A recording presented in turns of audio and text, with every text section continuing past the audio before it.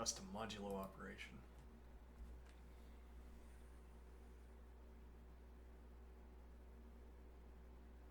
That we can test.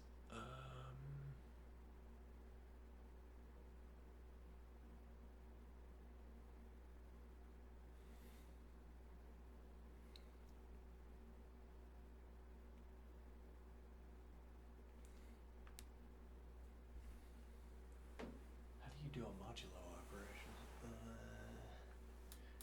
me see. Well, we have this, but I don't. Whether this is correct or not, I don't understand how this does modulo. Let me see.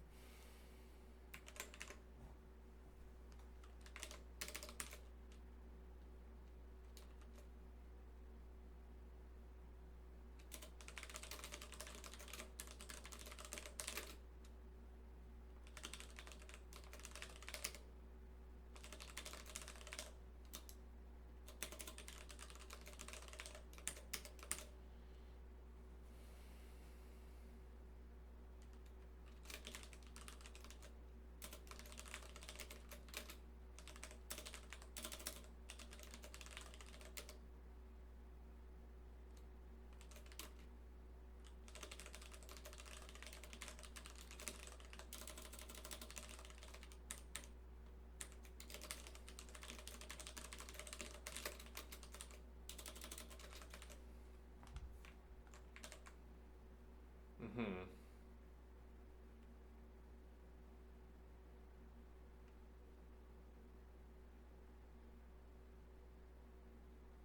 Indeed not.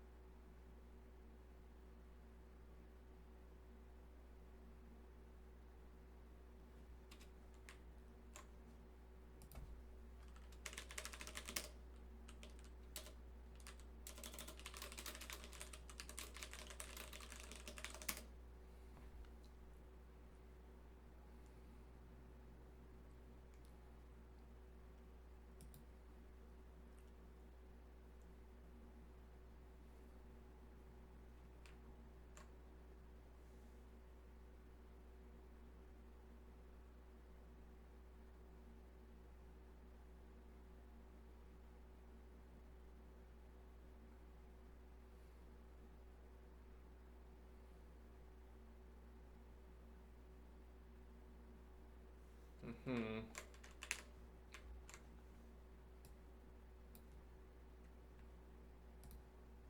So this would be floor.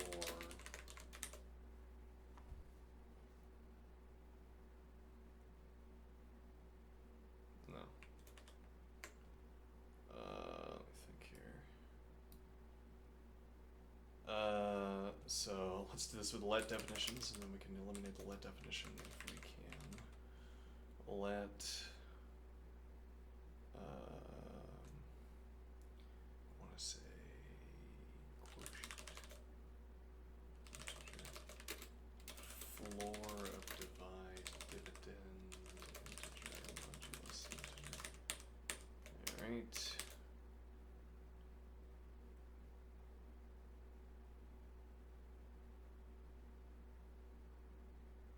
Now what? Quotient integer now minus dividend integer quotient integer. And then actually we don't need let star, we can just do return this value.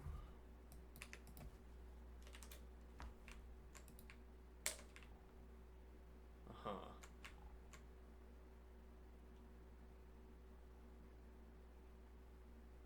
I'm afraid we went the wrong way on that.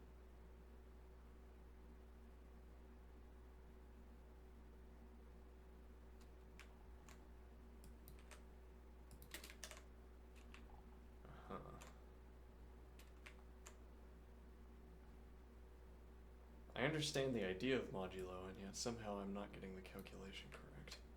Huh.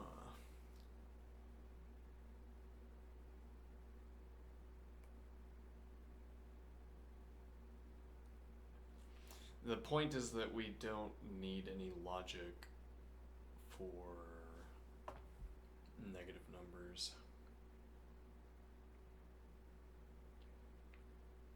Because we know all of our numbers aren't negative, we also don't need any logic for whether we have an integer or not.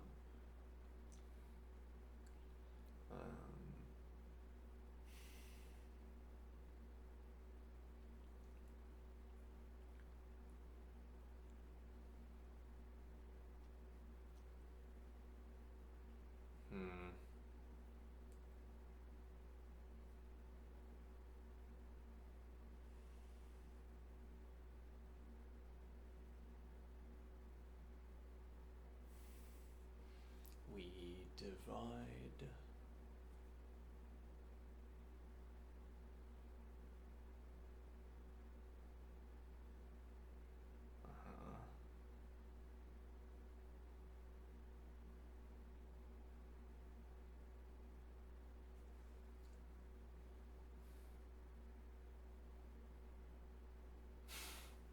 Okay, hold on. So if we have, let's visualize this. If we have 11 and 3, 1, 2, 3, 4, 5, 6, 7, 8, 9, 10, 11. All right, now the idea.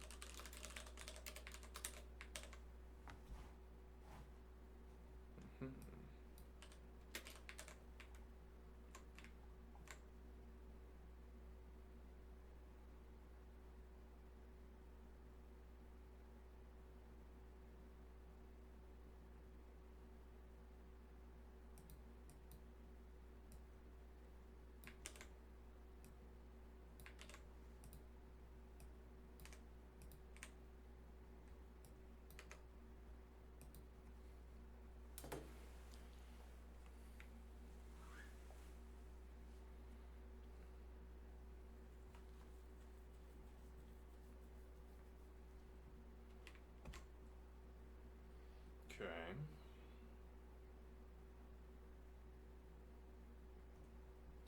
So now what am I going to do? I'm going to take this over to list generator. And we're going to see, need to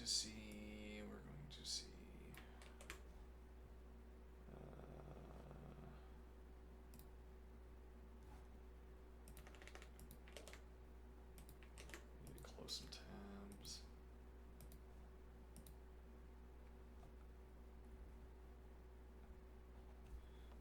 This was some 90 TLE.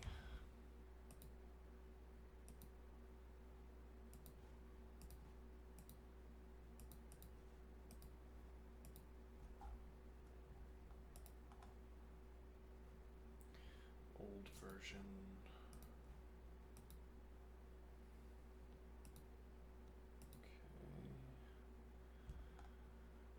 Okay. Now, what do I want to do? I want to run modulo operation.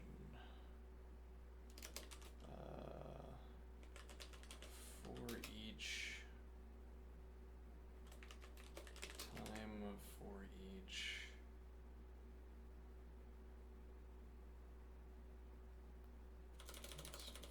four.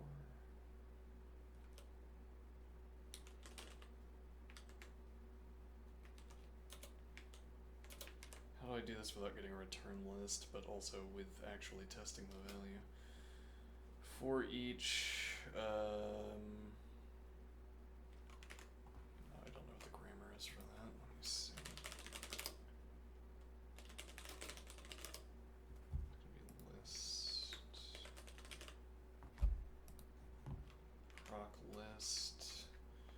for each plain lambda integer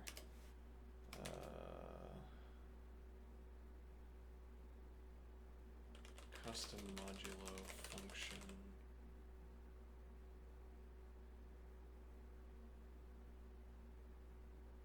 So in this case, we're going to have the same modulus every time. Right, I guess we're going to mod it by 322. Okay, sure. And now I don't need to pass through a lambda operation. I can just do for each custom modulo function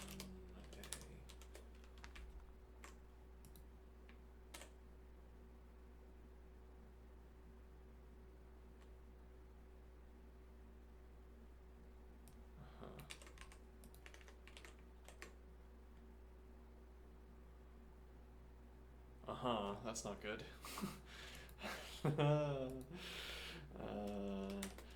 Time for each, did I adjust this? No, for each,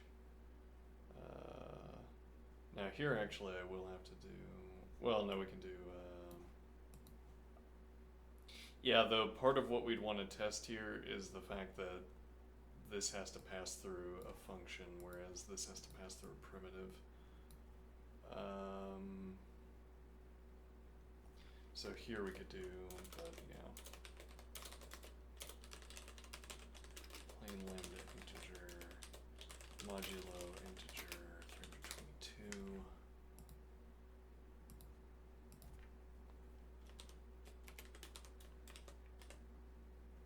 Oh, that's also taking a while. Oh, that's not that far off. We don't, yeah. You say we don't gain anything, don't we though? Need to keep this in its own group. We're gonna be coming back here a lot. Unsafe FX plus.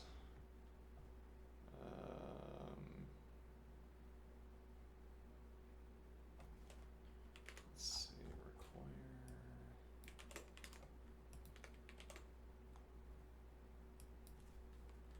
Unsafe FX. Actually, we have just unsafe FX modulo that we could use instead. But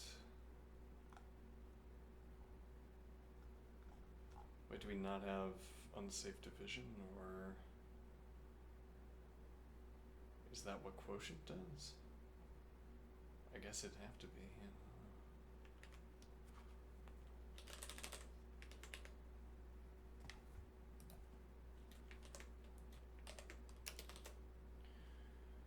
Unsafe FX quotient 10.5.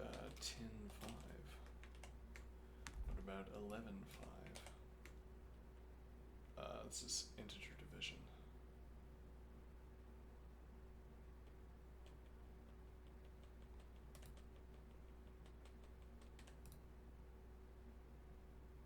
Doesn't that make it even easier? Well, but we could also do unsafe FX remainder.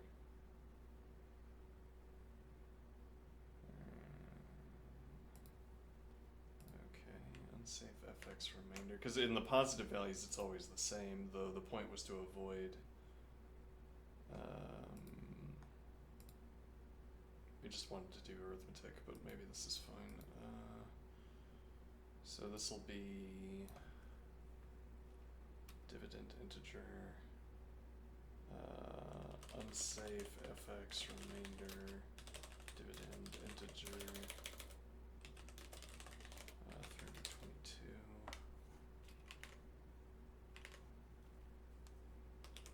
Okay.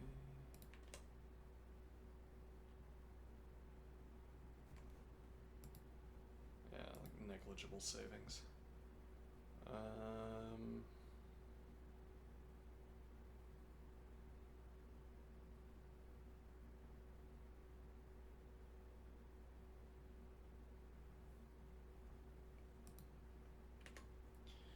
I already have have to take a break. My stomach does not agree with me. Alright, I'll be right back.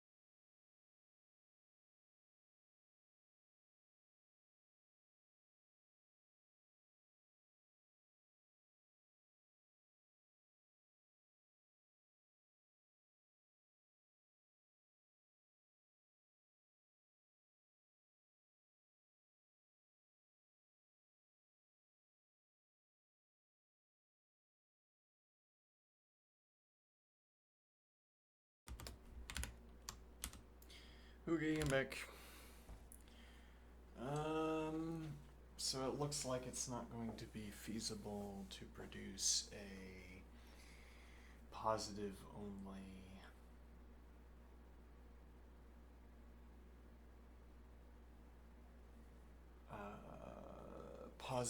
modulo operation. But actually, hold on. So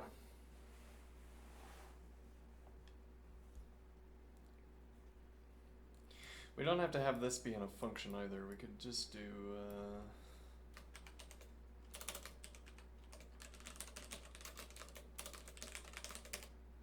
anonymous function instead of named function, if that's any kind of speed up. I don't know.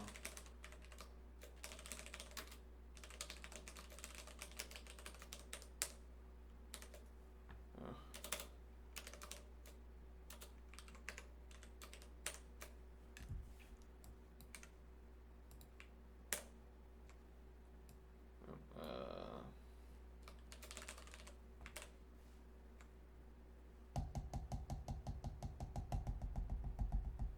Not really worth doing. Plausibly. Okay.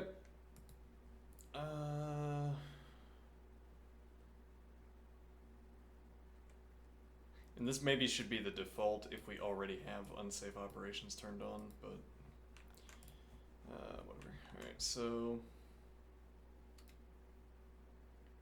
we'll do that.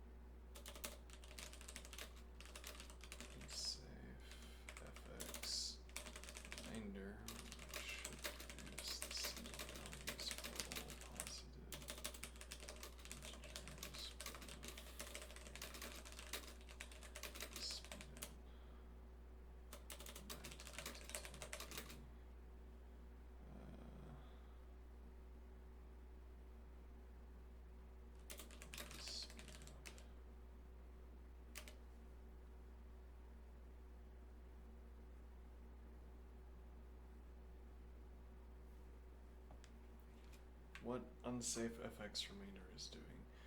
You're absolutely right to try unsafe fx remainder as a potential low-level substitute. That's the right instinct. Let's explore why you might not have seen a speed up. So this operates only on fixed nums, i.e. machine representable exact integers, does not check types or bounds, is compiled down to fast machine-level operations in Racket CS and decently in Racket BC. Should be substantially faster than modulo when inputs are known to be small fixed nums, so why no speed up? No tight loop / not enough iterations.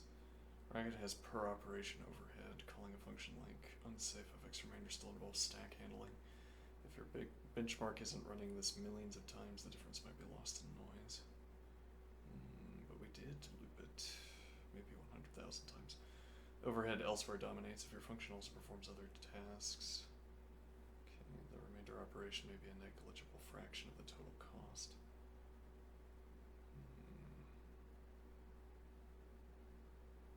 Even in Racket CS, while some unsafe functions compile well, Racket doesn't JIT like Java or JavaScript VMs. Optimization boundaries around function calls, even unsafe ones, are not always eliminated.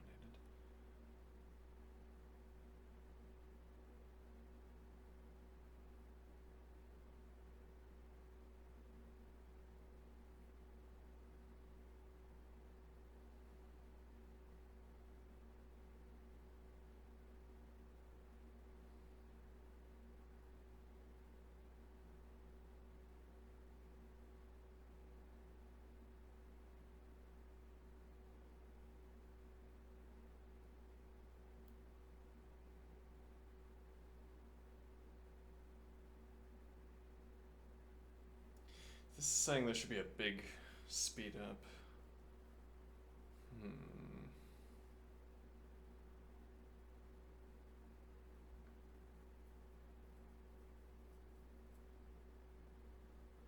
Well, let's find out. And there's also the point that we're in, let me see, so we could turn off, let me see, choose language, we could turn off profiling, debugging. Profiling introduces some kind of change, I think, and we don't need the profiling at any rate, so.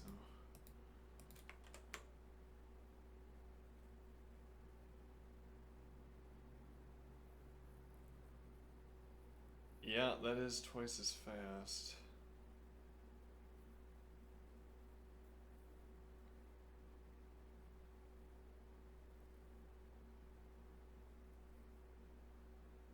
It's not 5 times as fast, but then we're also, once again, in Dr. Racket, it is twice as fast. The modulo operation is not, well, no, but in this test case, the modulo operation is the only thing being tested.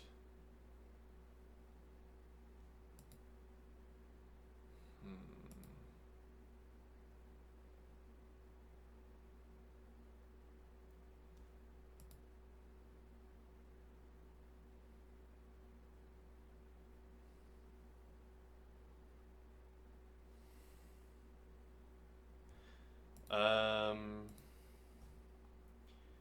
me do.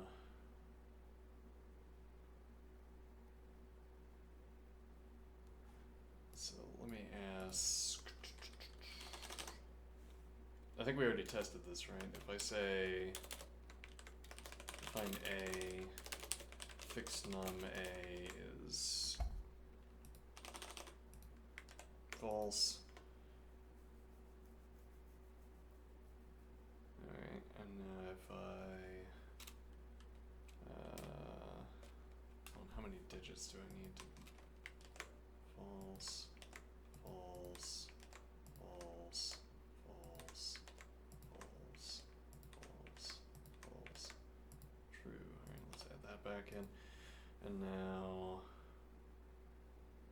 so if I divide this by 10, divide this by 100, divide fix num, rather divide fix num, divide a 100.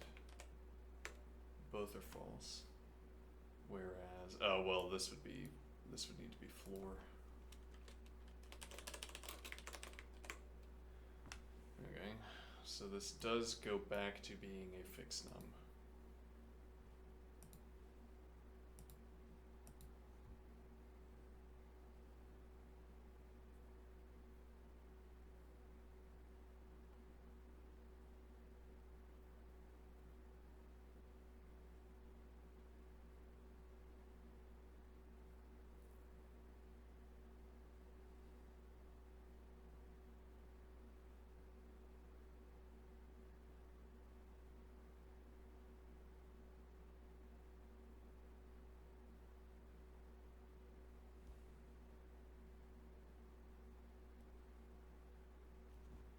Yeah, but again, the critical case here is that we're running, this should be substantially faster. Could be the operation that we're embedding it in. Somehow for each makes this slower. Notably, in the interlocutors example, you don't have an explicit plain lambda call.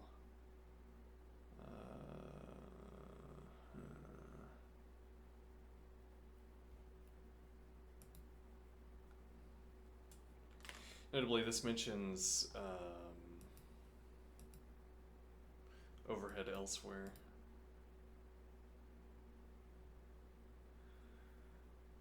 Let me see. Rather, here, Racket has per operation overhead. Calling a function like unsafe fx remainder still involves stack handling.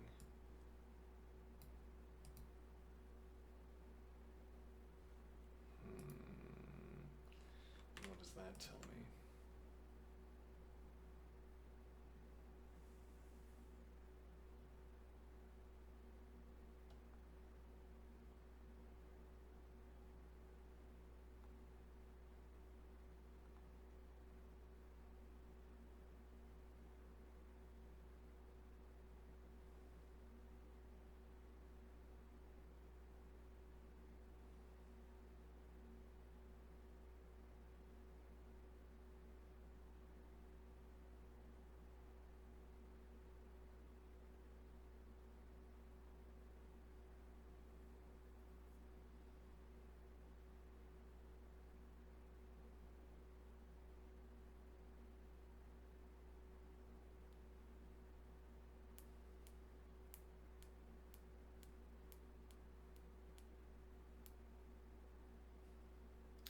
Actually, no, this is,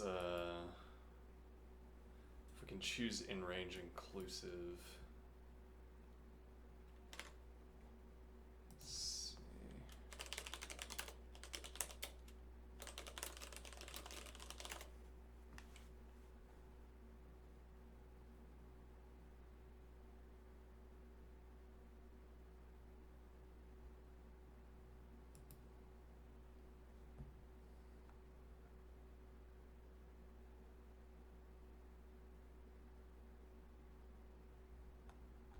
Hold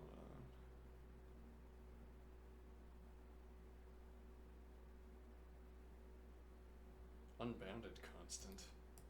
What is that?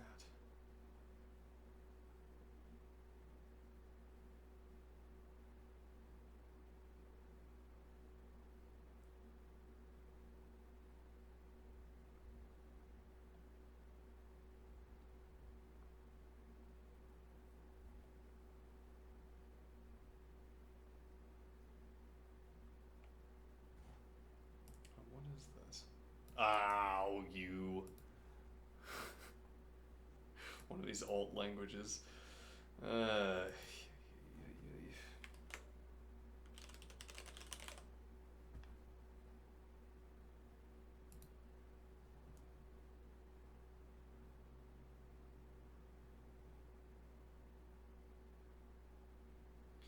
this would be in inclusive range.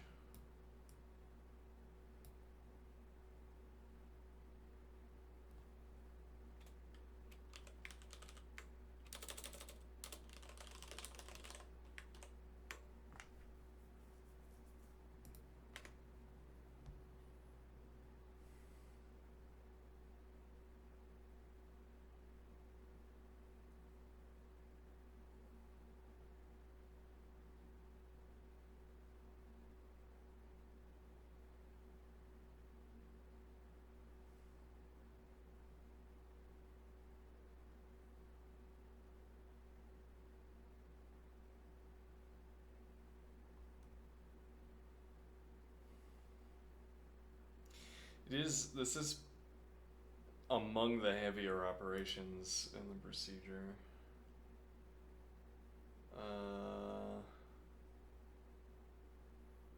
Well, that eliminated thousands of instances of arithmetic by itself. Not for nothing. I guess we'll try submitting this.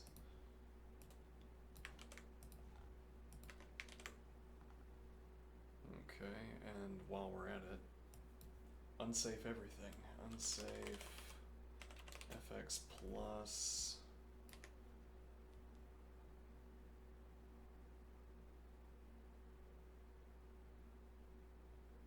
unsafe fx minus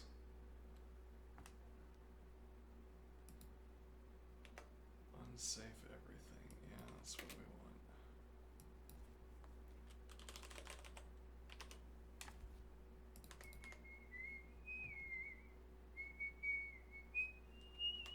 Actually, we have unsafe hash set as well, don't we? It's a lot of hash set operations. Hash set.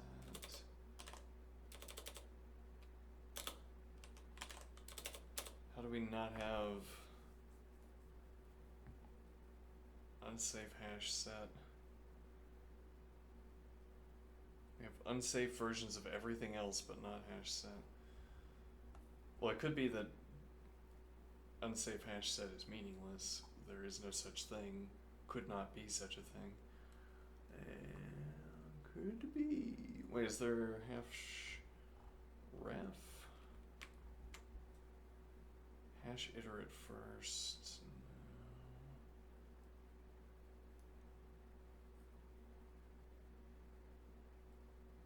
Disappointing. Alright.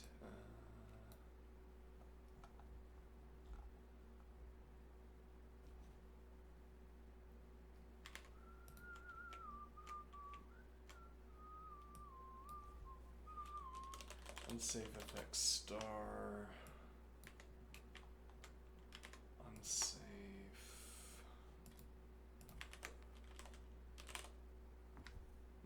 range operation.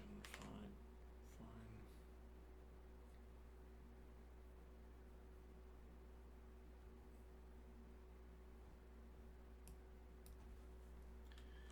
Unsafe fx greater than.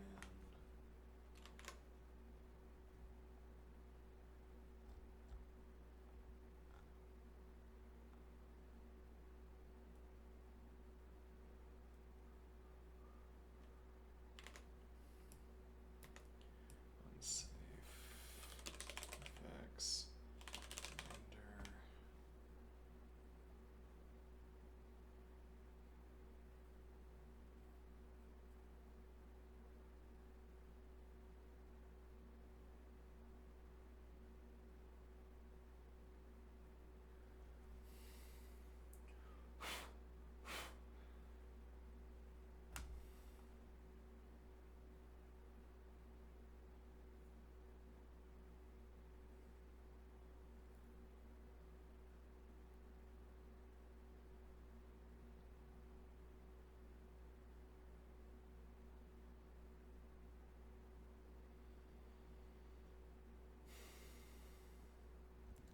Could we remove the tail calls? For that,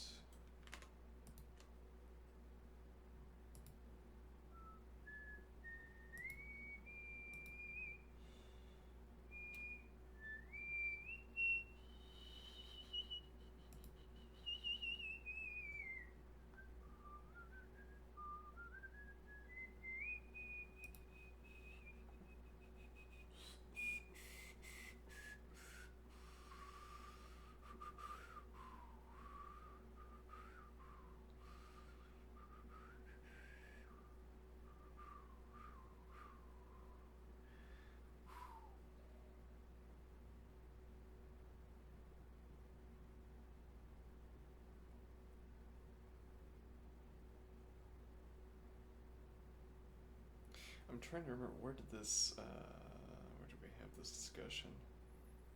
It might have been here.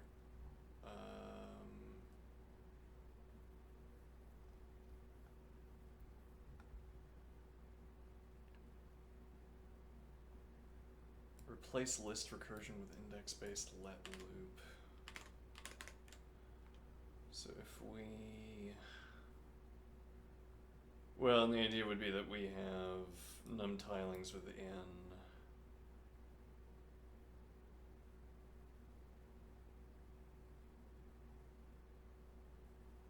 Yeah, we need a sample of the let loop style of code.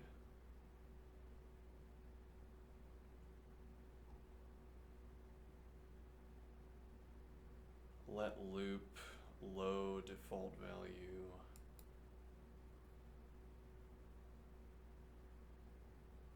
So these are two default values. And then what do we call back? We call back with some value. Okay, so the idea is that we avoid function calls. Okay, let me copy this over. Let's save this as unsafe. 790 complete unsafe. Completely unsafe, if you will. Let's see. Okay. Now we're gonna have let star.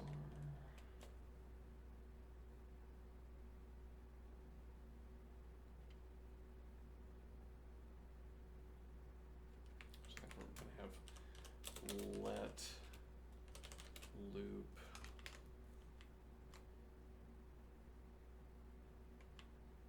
Well, it's gonna be in, which is in,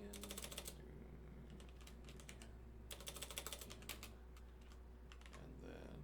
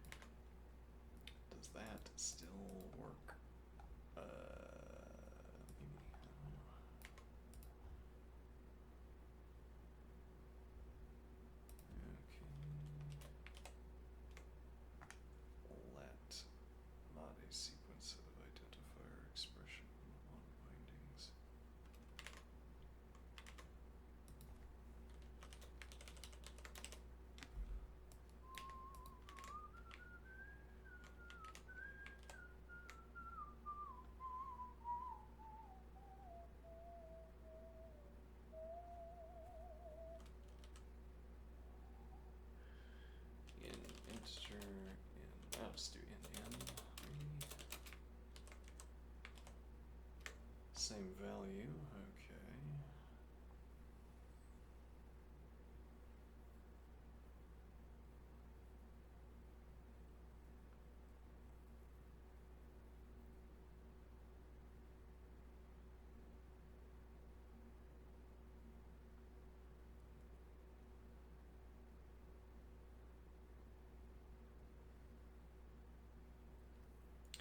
This code is not what I like to see. It's not it doesn't fit to my style, but my style could be the style of a bad player, in which case I wouldn't want my code to look like my style.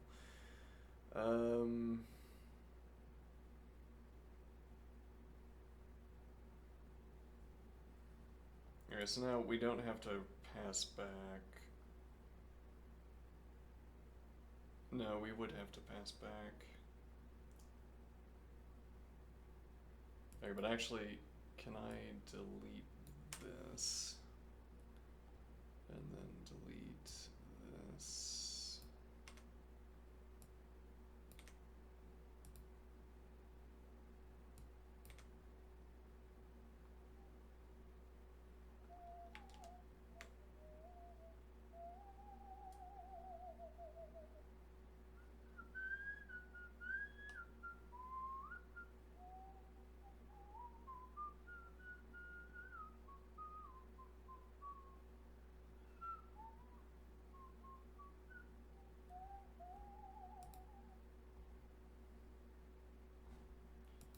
Alright, so we could turn in just the complete unsafe, but I think I'll make the full adjustment.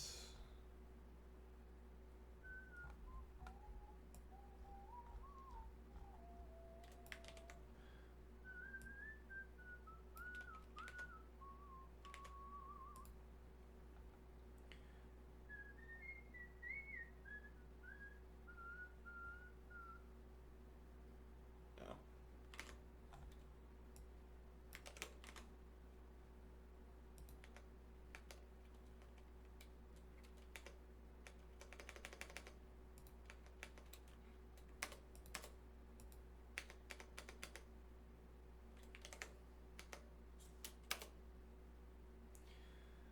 Okay. I've been locked out of pressing the enter key. That's a little strange, but whatever.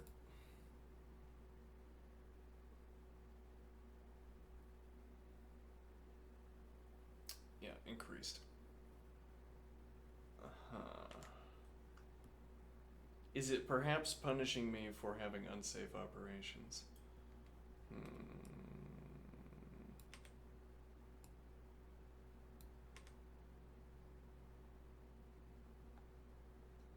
Or for submitting too many solutions. Maybe.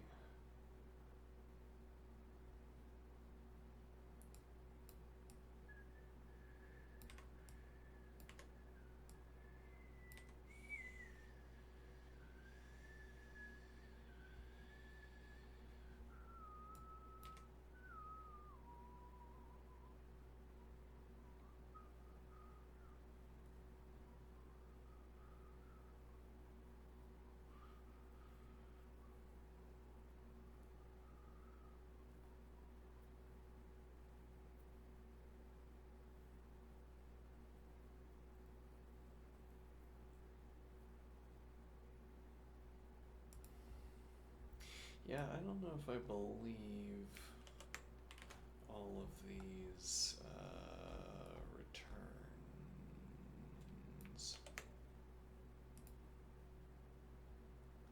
I'm not convinced.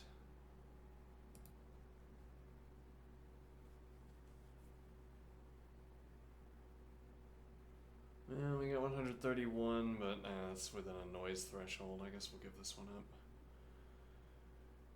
Okay.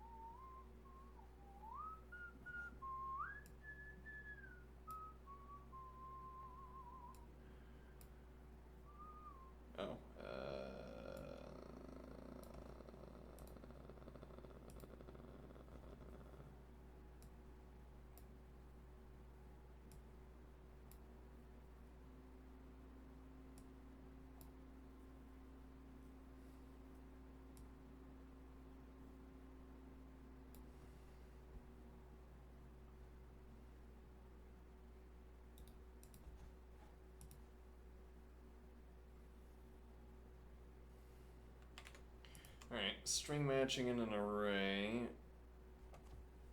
Let's see, we'll save this as 790 restructured.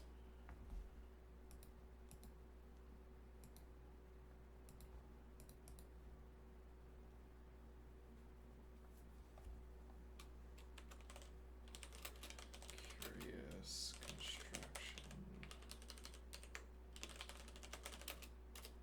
In context, curious construction. I guess the point, well, I don't know.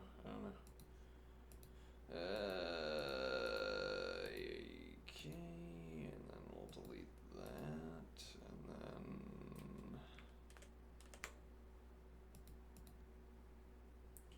1408 start.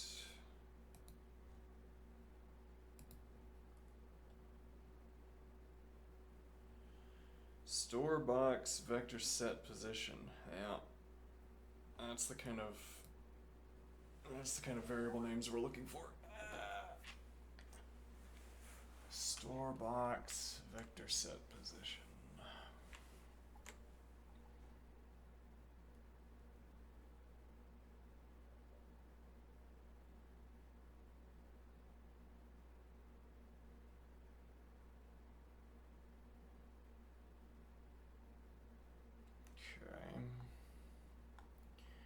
So this was wrong yesterday.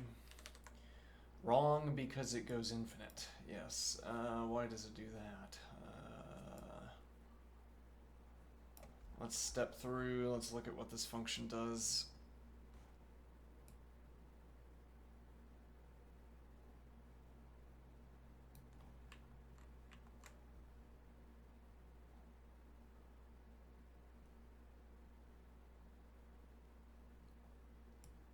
Alright, words processing function. If null words, then we return counter.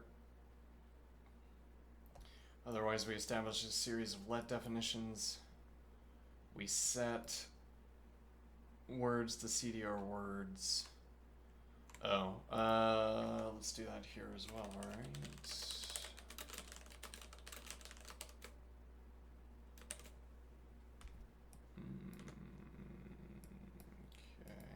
Does that do anything? 3. Is that the correct value? Maybe. Let's see. Output. Well, actually, we're supposed to return strings, not a counter. But also, no, the answer should be 2.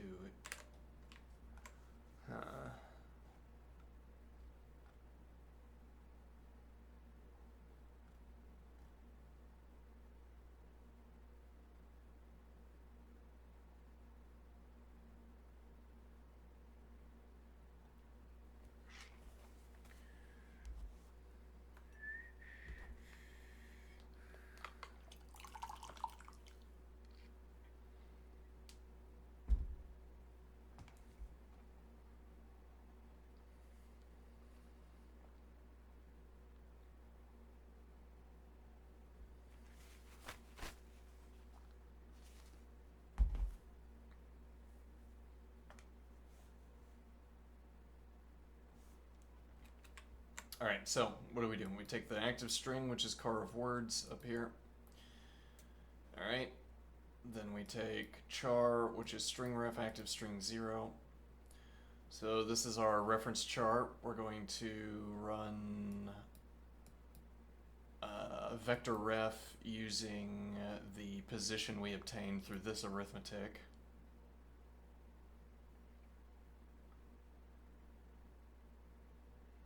Okay. It's a lot of extra arithmetic to reference a vector. Yeah, though our alternatives are non-existent. Yeah, let's see. If we're gonna do that, well, I mean, the alternative would be using a hash table, I guess. We try that. Let's see. But okay, so we have a set that is in the vector corresponding to each letter. It doesn't have to be a set, it could be a list. We'll try that next.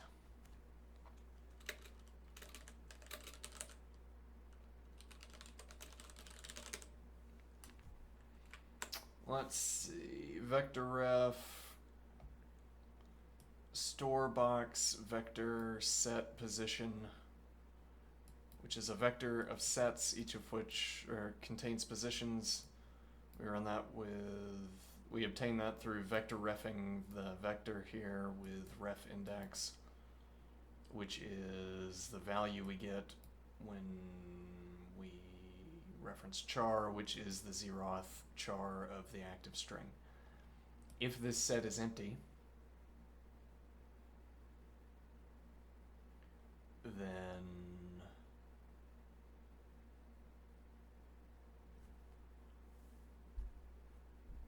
we set words to CDR words, we vector set with mutable set 0.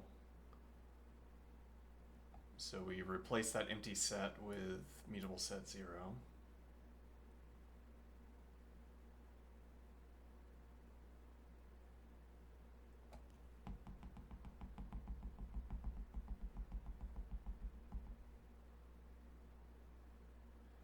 So if that's how we're going to do it, we could instead have null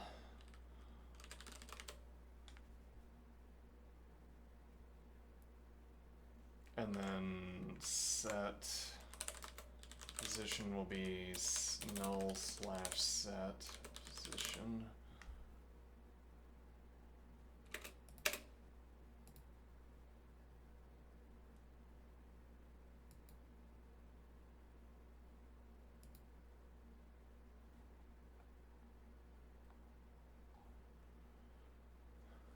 Okay.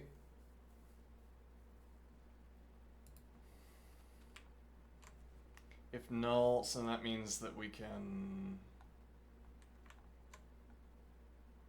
Wait, why didn't that... Oh, because it doesn't have a space after it.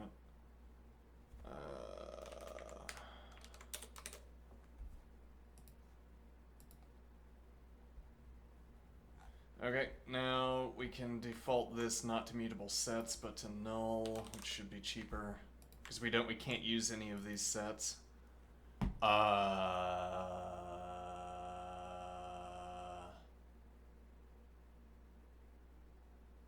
Well, they'll all start by default empty. I wonder if we're gonna get punished for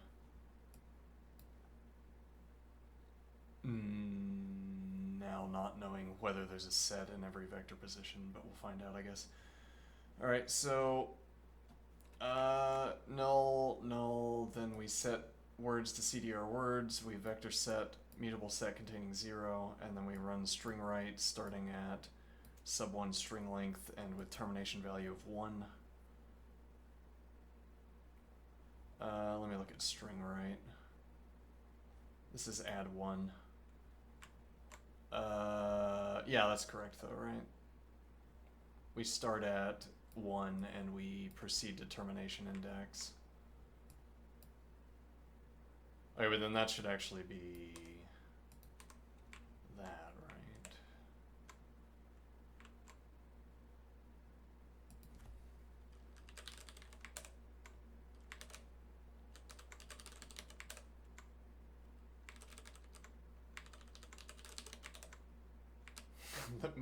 That sweep that I did missed just about everything.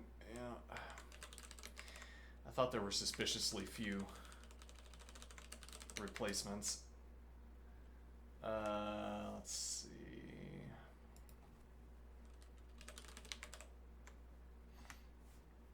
Yeah, there we go. Okay, fine. For now.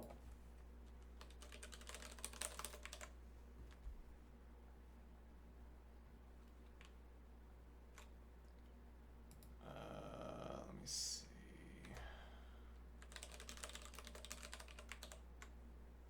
Still 3. I feel like this got out of control and that I don't understand any of it. And it shouldn't be that complicated.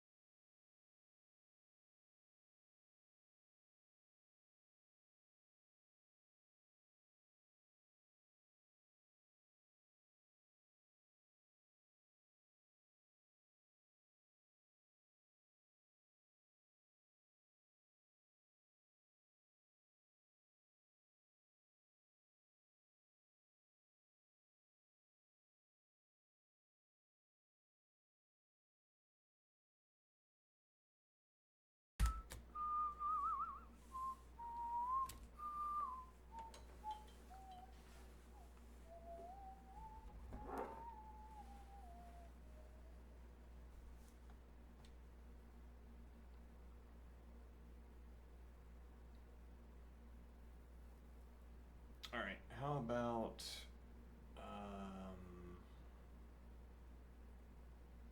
we don't perform this vector set here because it's confusing. Okay, and we rewrite string right so that we anticipate starting at the end and working our way back to the beginning. Reason we don't want to do that. No, it's fine. It should be fine to do that. But we still need a termination condition is the problem.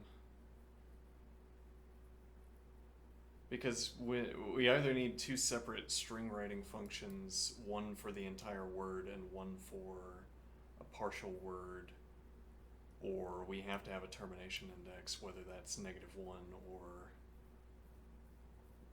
what have you.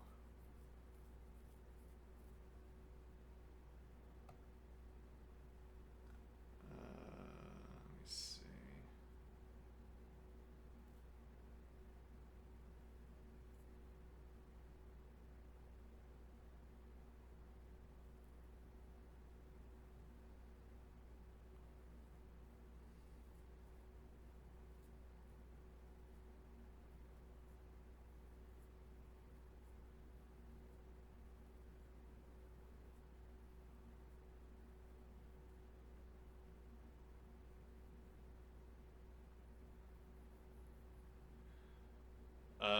So this would be, right, so we don't have a counter additionally, so let's get rid of the counter box. This should actually be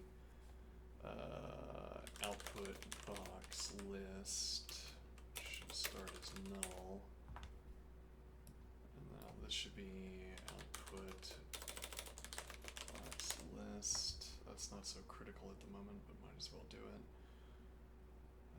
Set output box list const active string output box list. Actually, that's interesting by itself. What extra word do we get in there, I wonder? It's like better for debugging anyway to have it set up this way. It's interesting.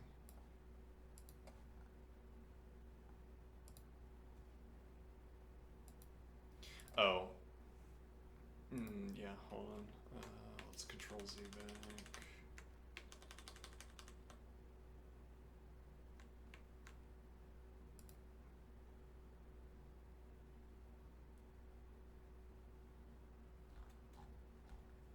Alright, now output box list false. Output box list string false. Okay. Let's copy that, and this will output here. And now we will not set that, but we will instead not say this.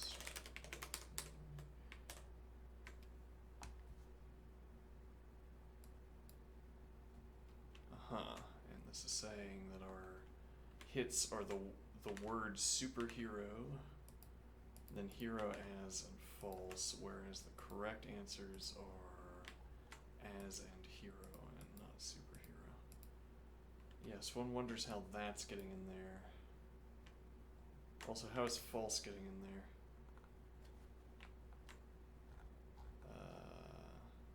Oops. Okay, now supposing we can solve this problem, it's down to implementation details, which I think I would change numerous implementation details, but we'll find out. String right.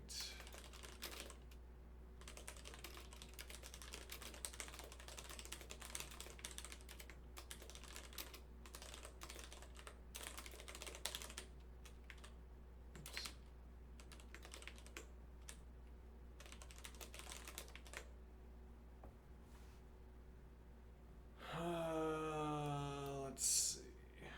Nope, yeah, we have mass, which is a word that does not get in there. Does not get in. Somehow.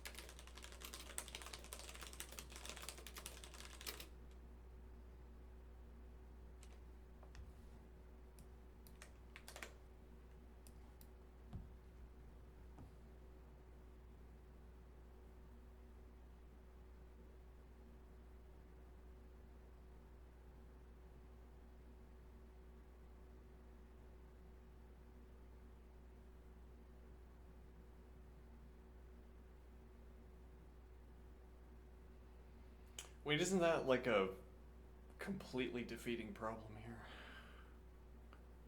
What do I mean?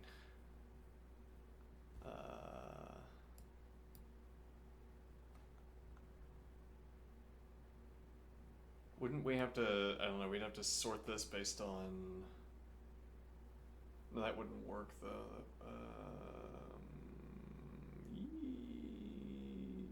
It might work. We sort this list on the basis of length, because one string can only be a substring of another string if it is shorter. Well, it could be the same length, but I don't think there are duplicates.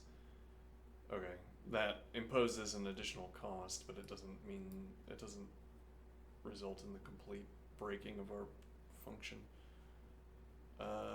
Why does this keep working? Why doesn't this get caught?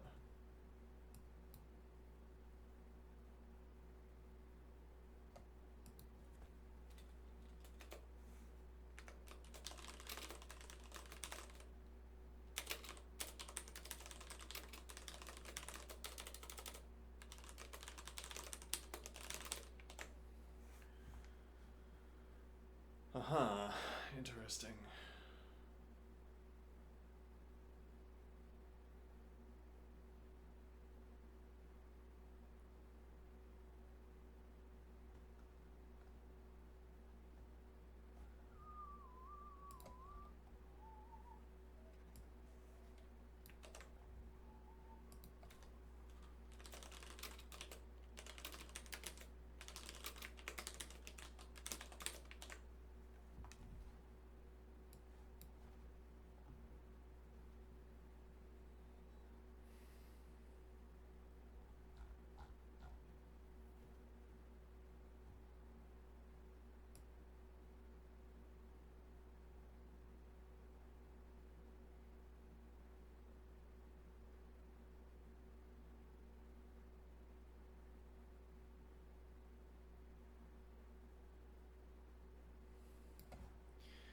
So with superhero, there's not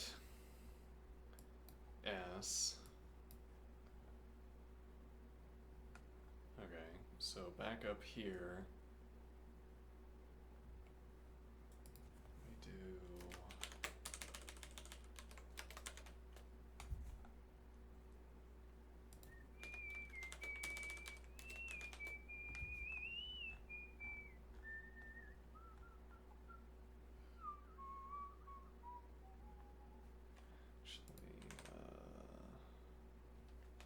Yeah, well, yeah, we shouldn't go to stair stepping at all. It should be string right. But somehow that doesn't get past to superhero, so why, or superhero doesn't get past to string right, so why is that? Oh, hold on. So by the time we get to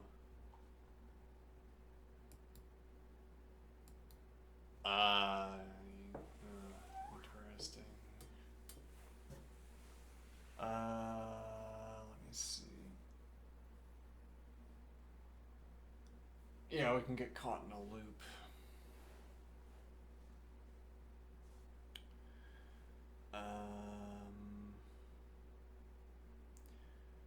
So we have these looped letters, and the point is that this comes before superhero, so it gets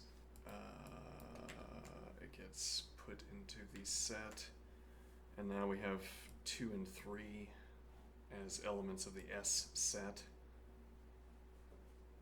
Okay, now, so when I scan this, there is such an element, but you should not be. Right, let's go to stair stepping.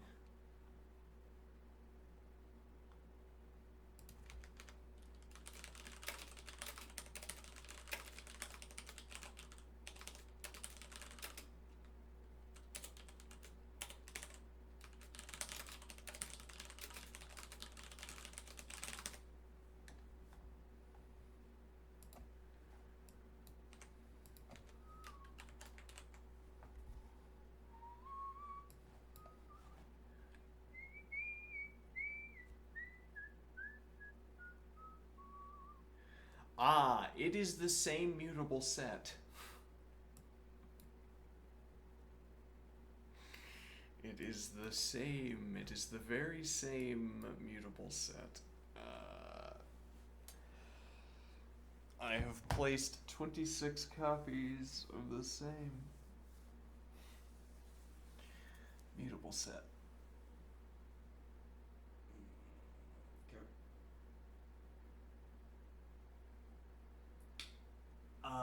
We don't have to have that. We could do. Let me see. There's a way around that.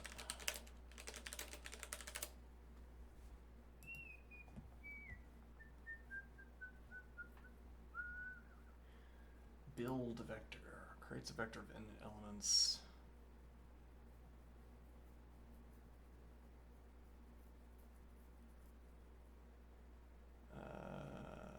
Maybe would be the idea.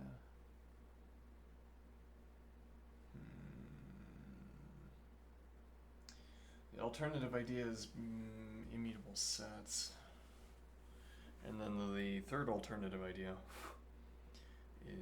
is our book lists.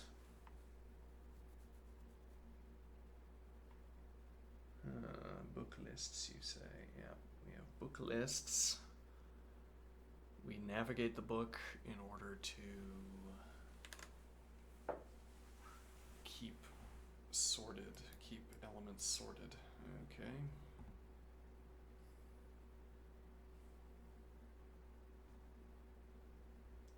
My enthusiasm has waned a little bit. We could instead do immutable sets. If we just want to insist. Let's see. Okay, now what is the idea? Anywhere we have set add.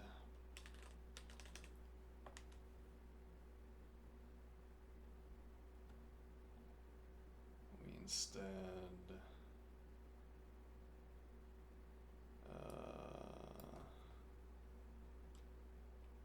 vector set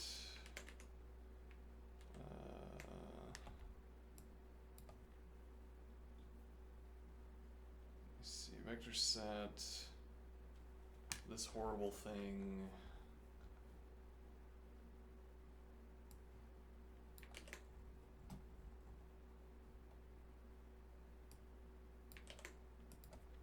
at ref index to set add null / set position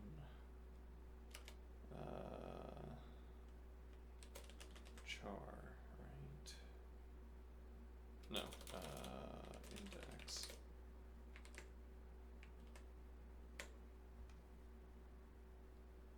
Let's just be set. Okay, now this reveals another problem.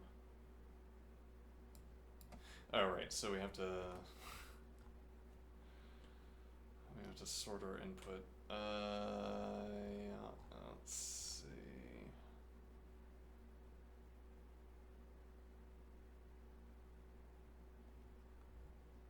So prior to the initial function call, we have to do set words sort.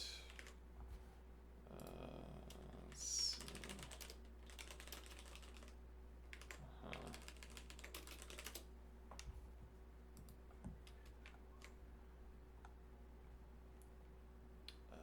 This is going to be lexicographically sorted. This is getting a little bit inefficient. Because we're going to have to run string length on all of the... Okay, let's see. Sorts based on plain lambda xy string greater than string length x string length y.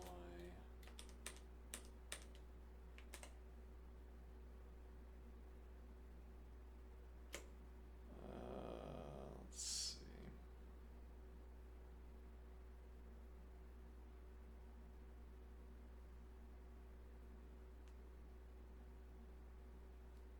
I don't guess this is due to lambda, plain lambda.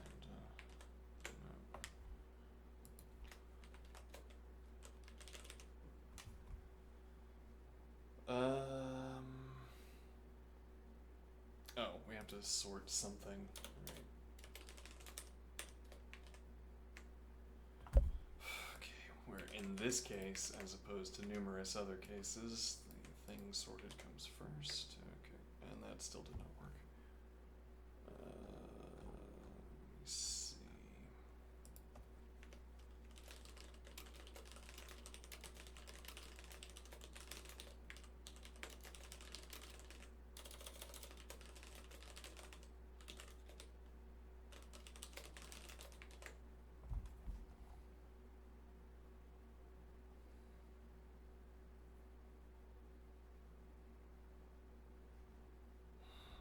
Why doesn't that work?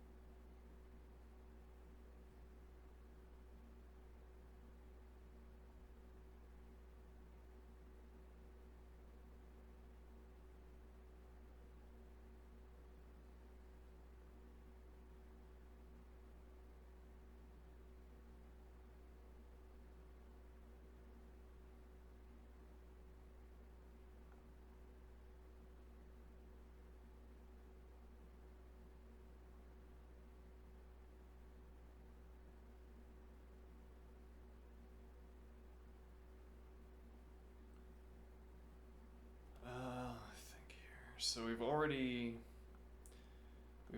processed superhero. So display store box curses. Let's see here.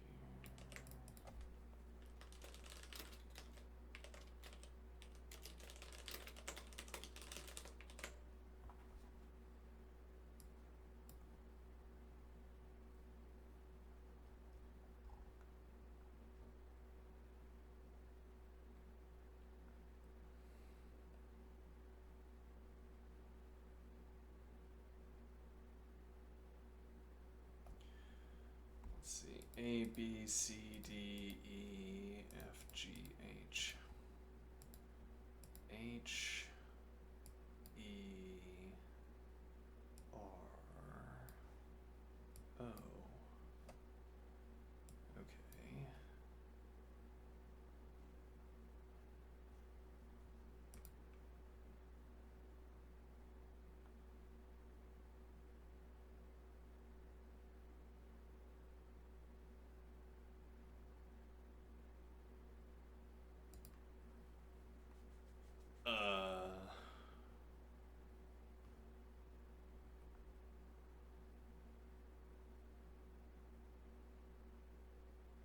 Let me see here. Let's get rid of that, and then let's just run it. So stair stepping.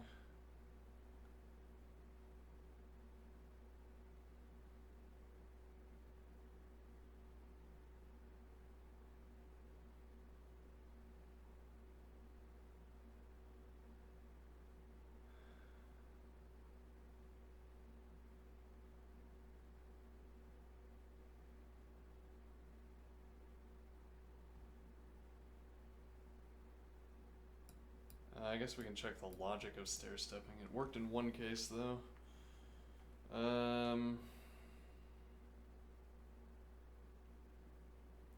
on, if equals maybe? What are we saying is the termination index? Sub1 string length. Let me see. Yeah, so it should be greater than.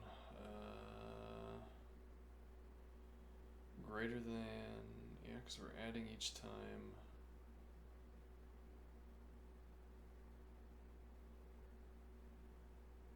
And termination index is the corresponding value is the last position in the string, so we need to be greater than.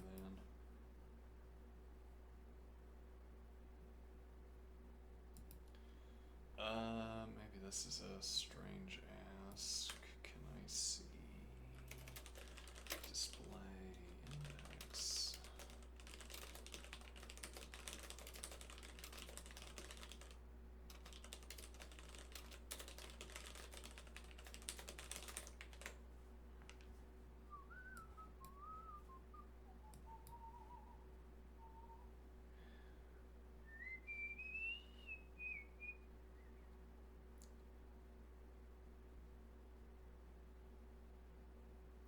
Okay, so the process we expect to happen here is A, B, C, D, E, F, G, H. We get 5 out of H. We've mapped adding 1.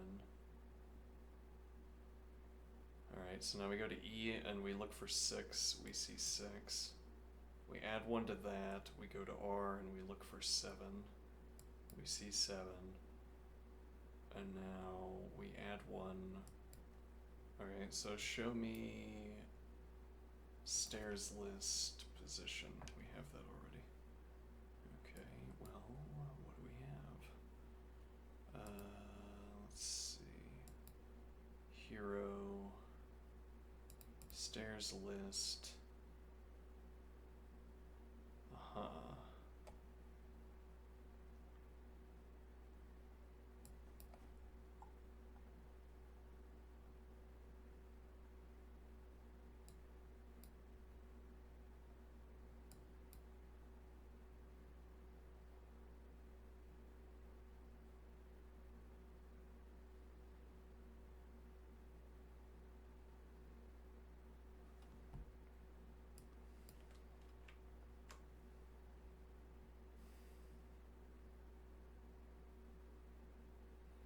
If set members set position,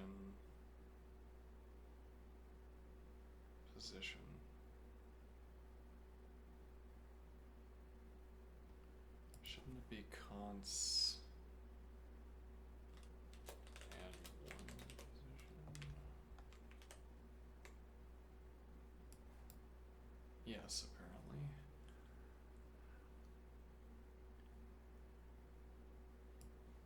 Okay. Let's get this thing over to another tab and do some much needed cleaning up.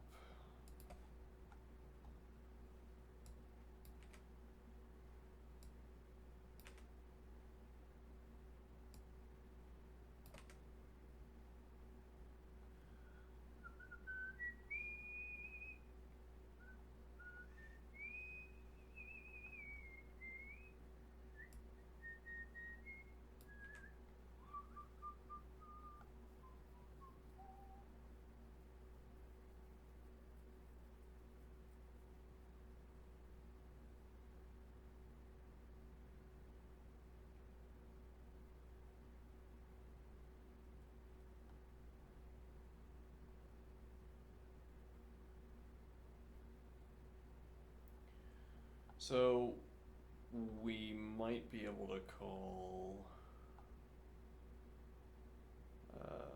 we might be able to run for each and remove calls back.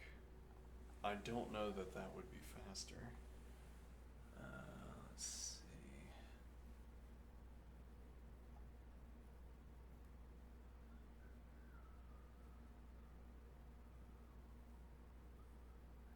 Alright, also this char to integer, which was suggested by the interlocutor, is not a good idea. That should be a literal char to integer A is 97. Okay.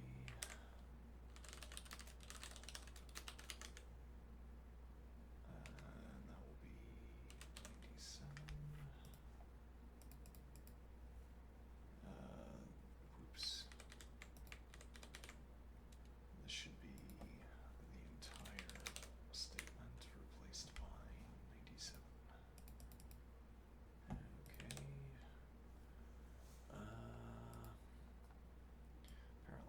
plus minus is fine. I guess I'll keep that there for now.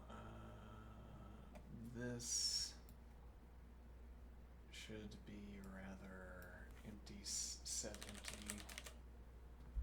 And now null slash set should be replaced by set.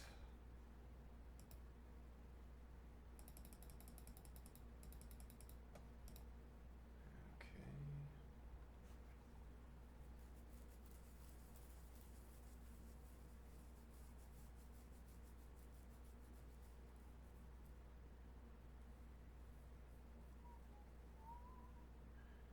No. Oops.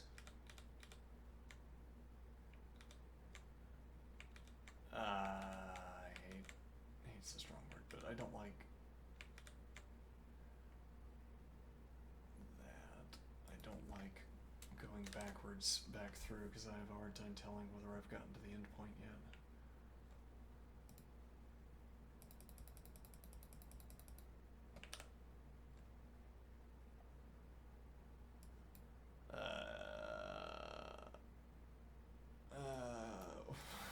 Why though? Oh yeah, it's because of this, right? Let's see. This should be sub 1.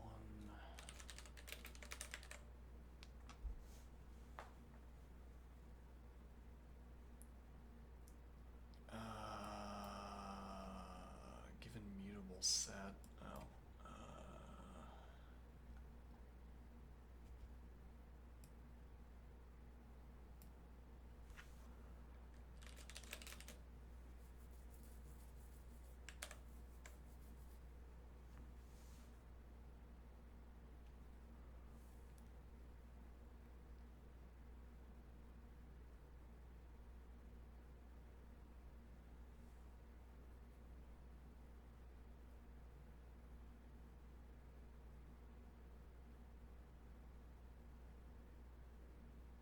Yeah, I can't tell if we should have null in here instead.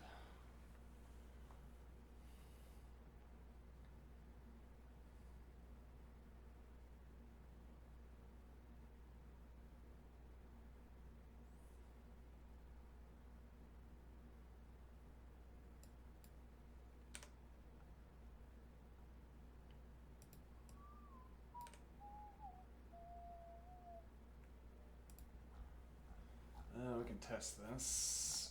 I don't have high hopes for the performance. Let me see.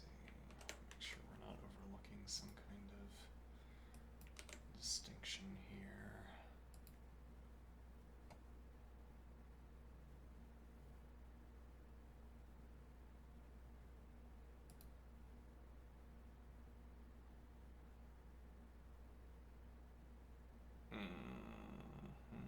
We are missing some kind of distinction, it would appear.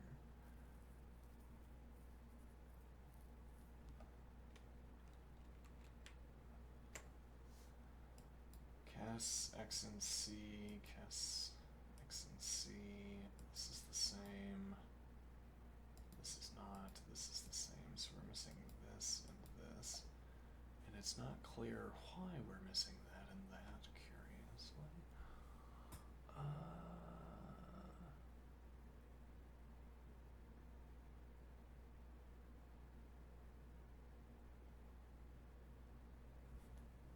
And we got 26 out of 69.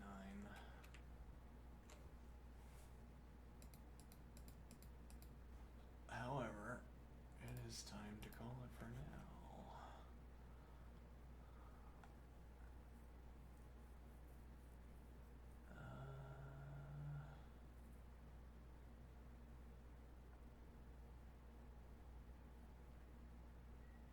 We could try to solve this null question.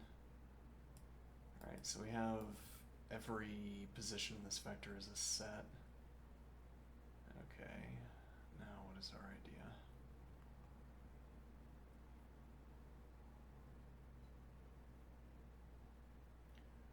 Set empty.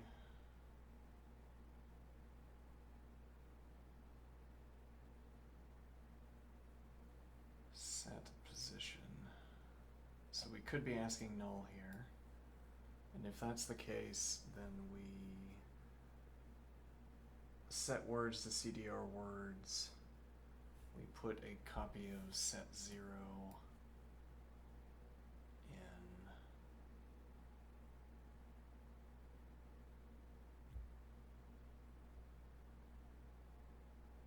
in. There's an efficiency boost I think we can see here, which is that we never ask.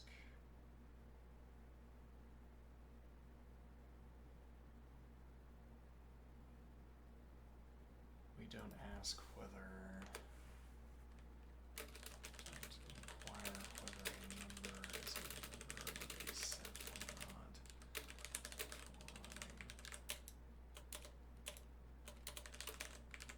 For running set add.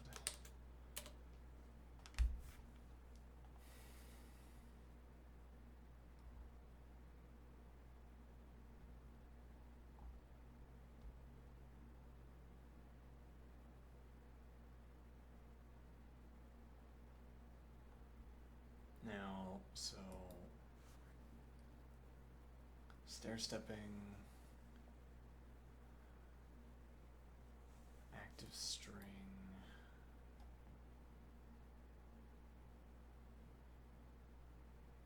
Well, so this sends in for string writing and we stop at 1. This goes to stair stepping. I'm trying to, I feel like we're not approaching the correct observation here. Let me think.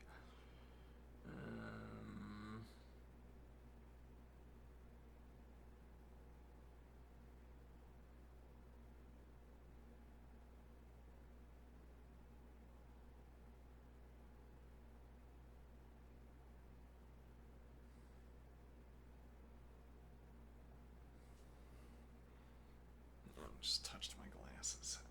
Boy.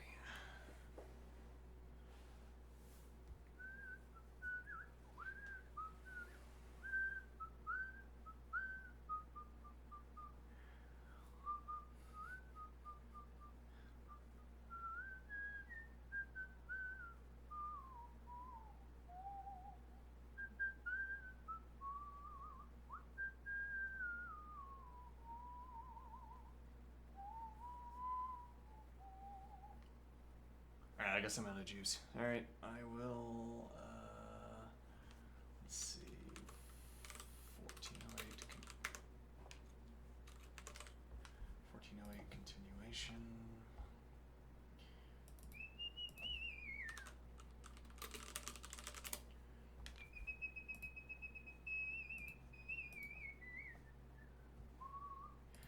Alright, I will return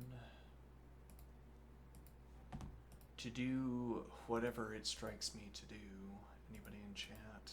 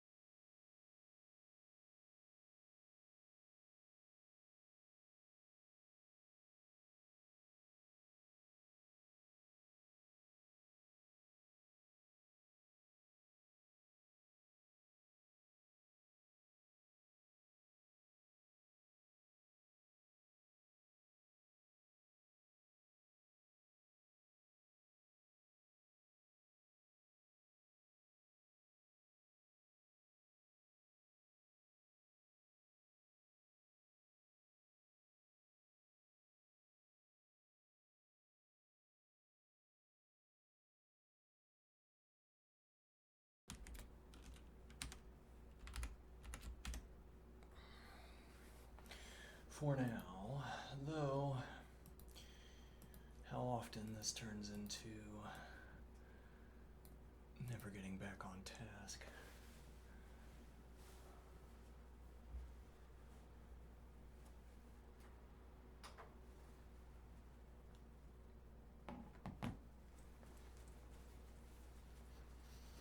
Where have we been with the remarks on the foundations? Where have we gotten to? The interlocutor and I were discussing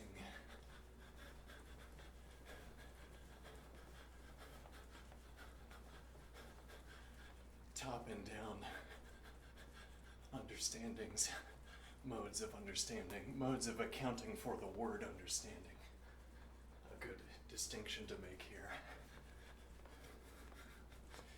We don't want to carry around with us the supposition yet, anyway. We don't want to carry around with us the supposition that we know what the understanding is, we just haven't pinned it down yet. But whatever else I know about the understanding, I know that concepts describe it, or that the understanding is about the objects contained in my concepts.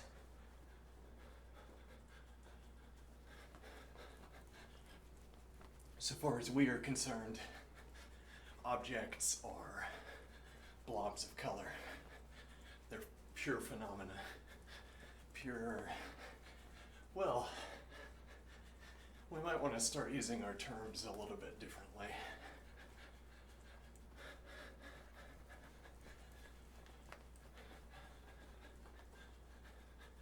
I'll talk about qualia and events. Okay? The qualia is a latent term. I'll talk about impression and events. Sense impressions. I see things. I hear things. And there is something it is like to see and hear those things. And this what it's likeness. One mode of accounting for it is to talk about events.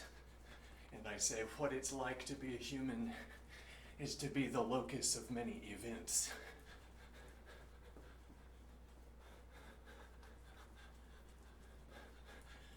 Events revolve around me and I could describe them to you.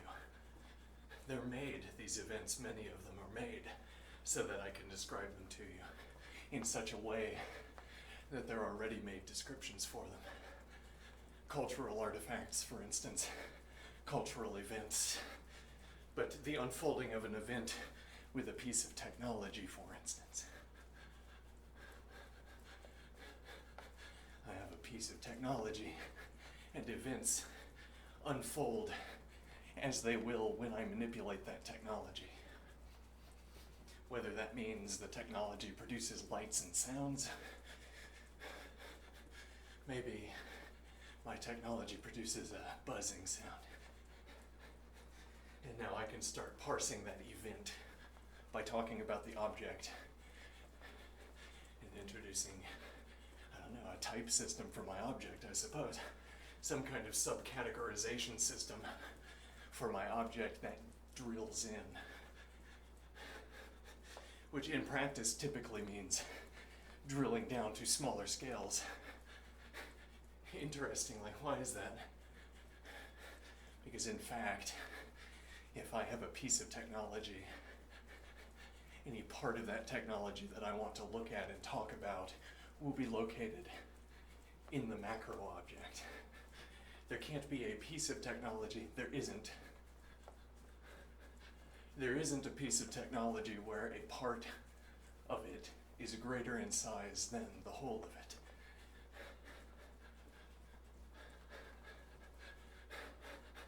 So if I want to start subclassifying my object, what I have to do, I have to drill in. It looks like I have to zoom in on the object.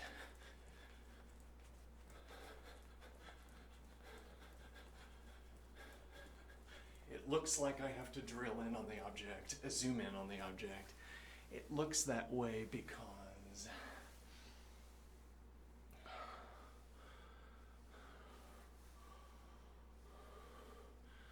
well, I mean, we don't have to zoom in on the object. We could just point at the part we're interested in talking about here at a great distance. But otherwise, well, really, the act of zooming in is merely an analogy. It's a kind of metaphor. And yet, a fruitful one for describing what we are actually doing. What do I mean? I talk about a component of a piece of technology. A piece of technology. Events unfold around it. I want to classify the way events unfold around the technology. Okay, and in order to do that, I say the event unfolded in this way because of the behavior of this piece of technology. Rather, because of the behavior of this component of the piece of technology. If, for instance, the piece of technology breaks and I, an expert in its repair, I examine the piece of technology and I say, it's right there. That's where it broke. I see now the break in that part of the piece of machinery. And now I say that strange event where events did not unfold as anticipated around the piece of technology, that strange event, that was because of the broken piece. And now I have an association between the event unfolding the way it did and an object of my reference, where it seems to me that this object is relevant.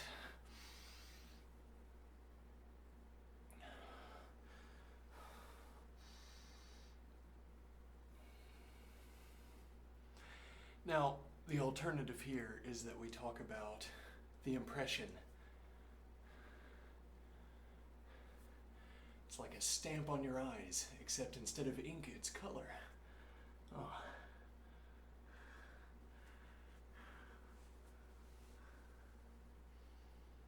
It's like a stamp on your ears, except instead of ink, it's sound. It's like an inkless stamp on your skin. No, it's like ink on your skin, except it's tactile sensation.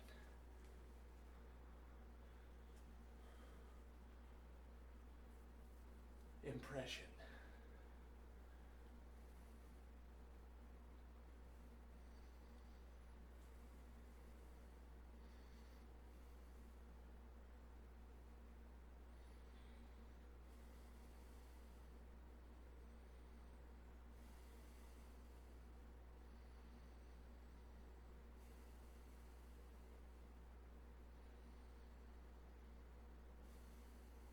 And now when I say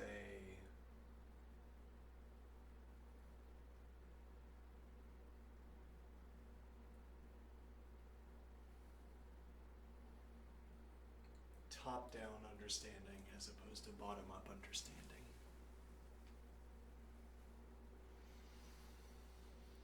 Top-down understanding, I say, I know the rule set that the person is obeying, and when I account for what the person is doing,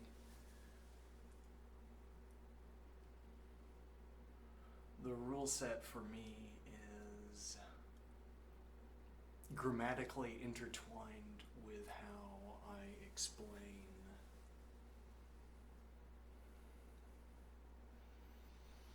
When I talk about the person's understanding, I have to have some grammar, as it were. I'd either have grammarless sentences, which are meaningless, or I have grammared sentences. I have a grammar for my sentences. That grammar has to get populated with words. Okay, and now one way of accounting for the understanding is that I account for the understanding, using words. I populate my grammar with words taken from a description of what I call a concept. All right, now I produce a grammar for talking about the understanding of someone else. In that grammar, I adopt a grammar for accounting for the understanding. Specifically, I adopt a grammar for accounting for the understanding.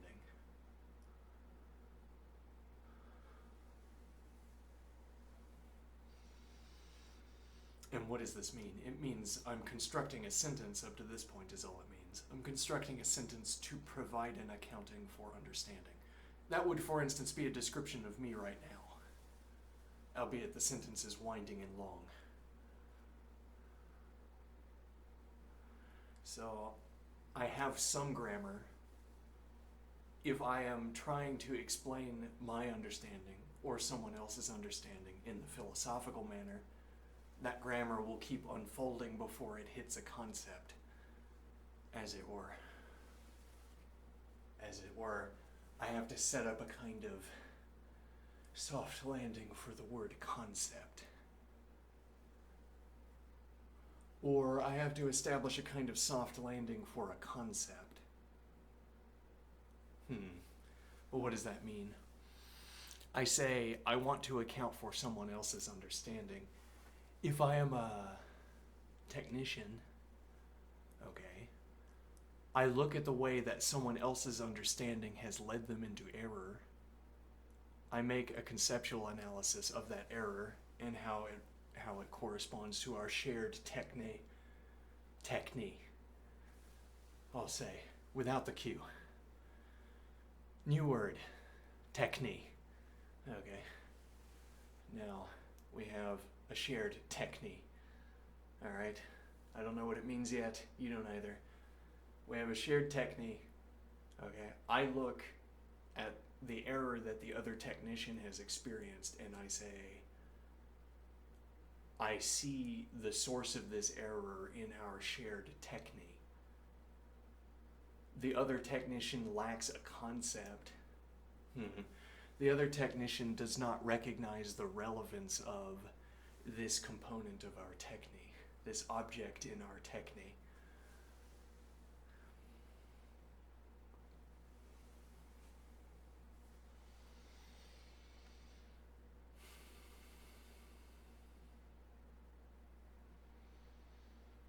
Now, what is the idea?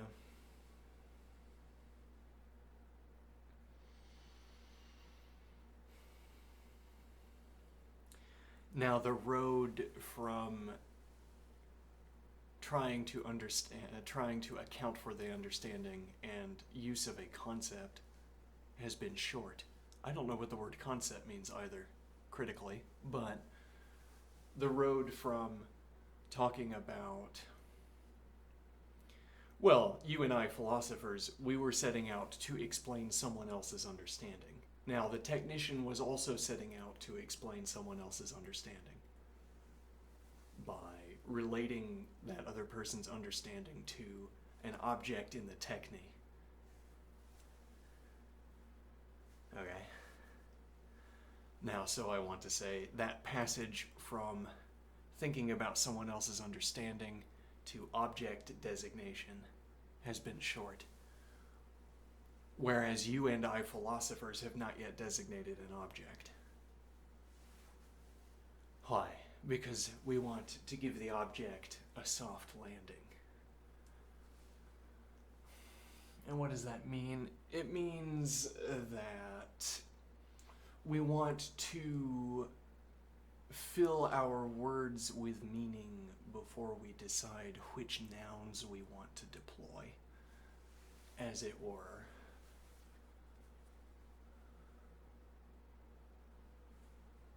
For the technician merely says, oh yeah, technician B over there, missed the widget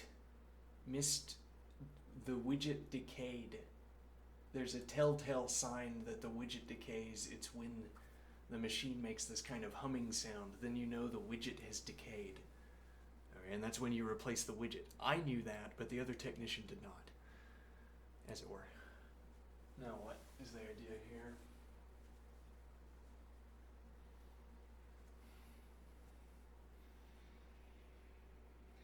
Now, we might wonder, what is the role being played by the word widget in that sentence?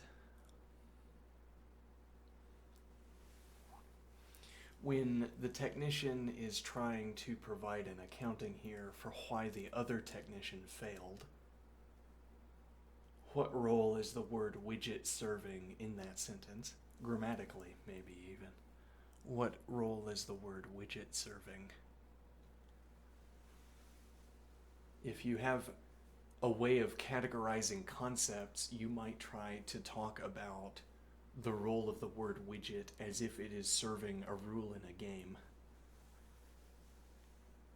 You might try to parse what the technician says about the other technician as if what the technician A is saying are words in a game, where you can map them according to the rules of the game. And within that game, you would pick out the word widget, and you'd say the word widget is serving this role in the accounting for technician B's understanding.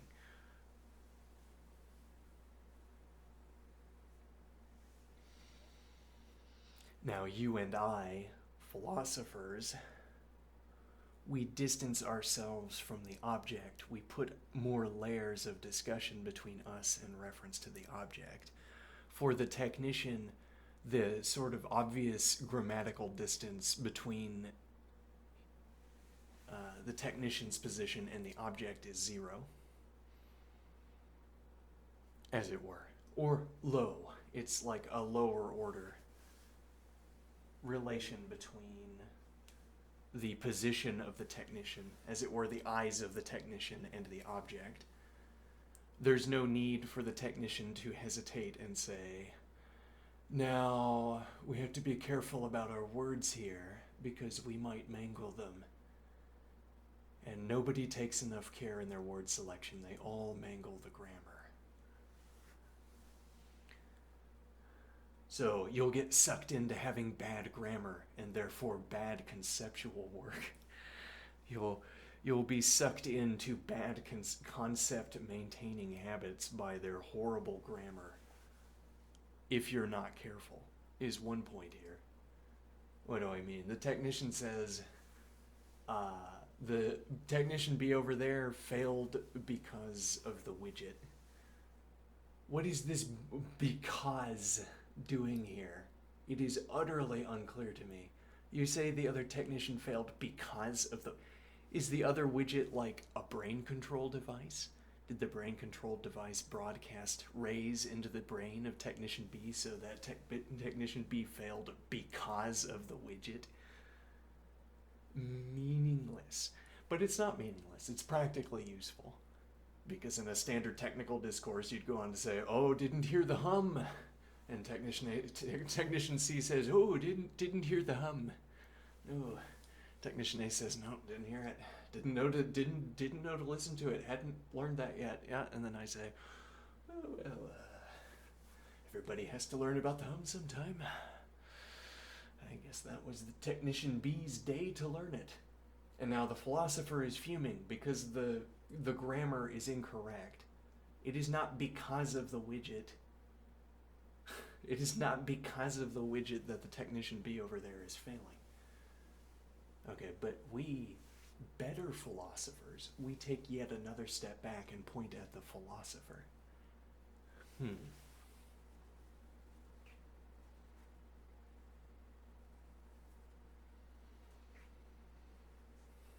And what is the idea here?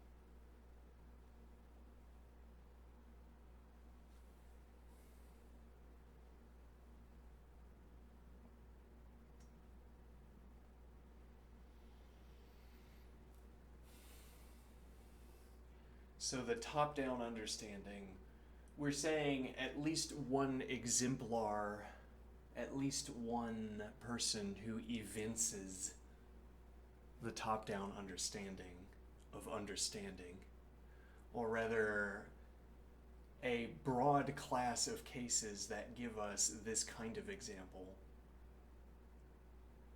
of the top-down understanding. The technician. However this grammar is supposed to shake out, I'm sure there's a correct phrasing here.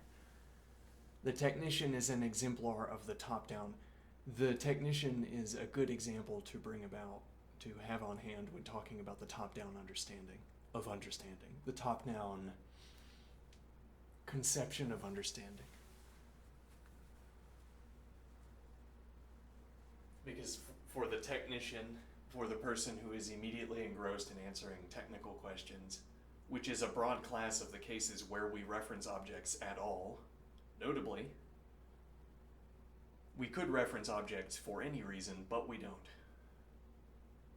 We reference them for a finite amount of reasons. On a daily basis, there is a finite amount of explicit object specification, object referencing, either in written acts or speech acts.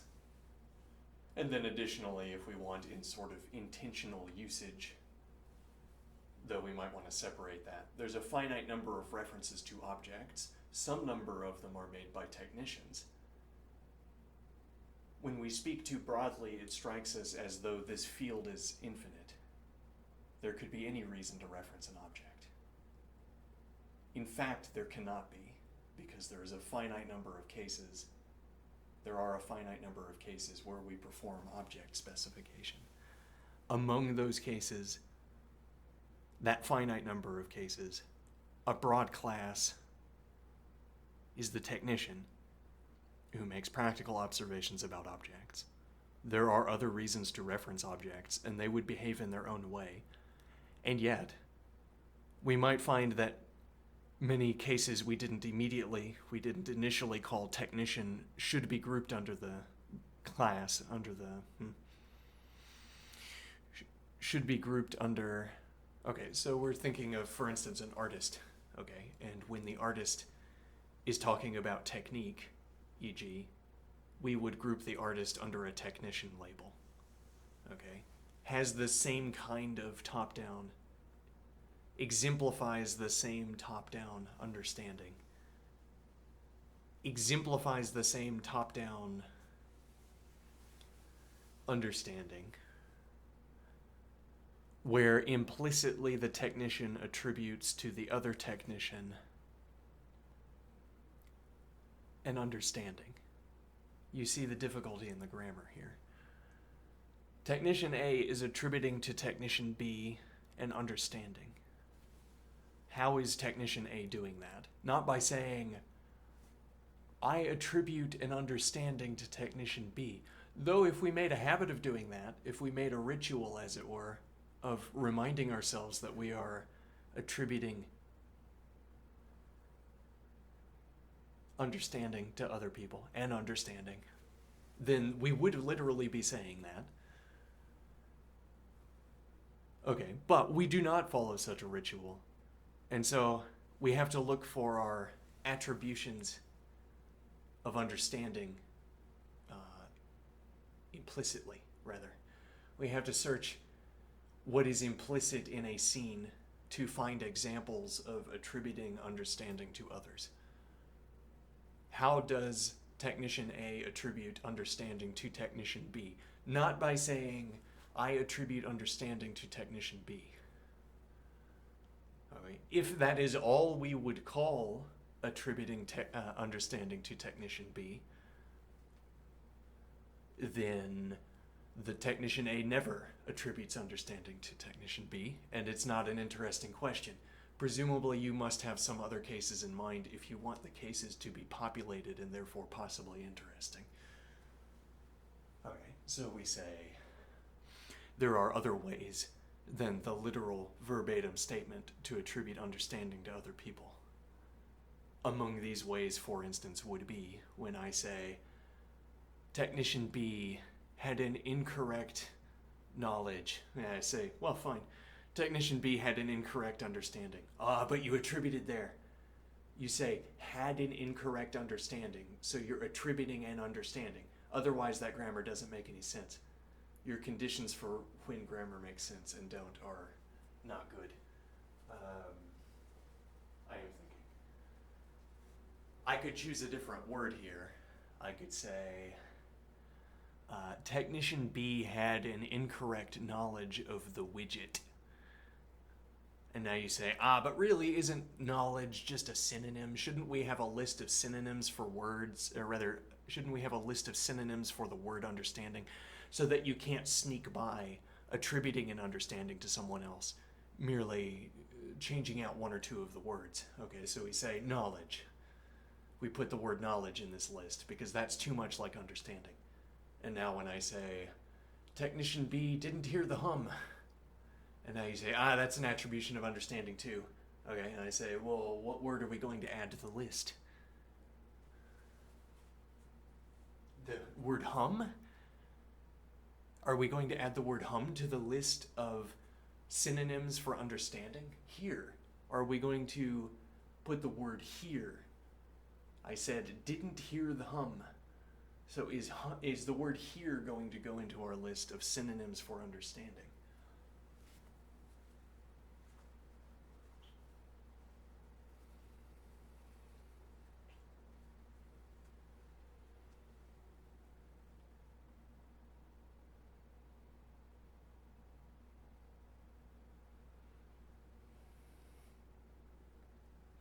Now, so I do want to say that Technician A implicitly attributes an understanding to Technician B. You want to say explicitly, but then the sort of lengths you have to go to maintain the description of explicit belie that I think my description is preferable. I say we implicitly. If you want to call it explicit to the point of saying hearing is a synonym for understanding, then we've effectively met each other on my side. We've met each other without me having to take a step.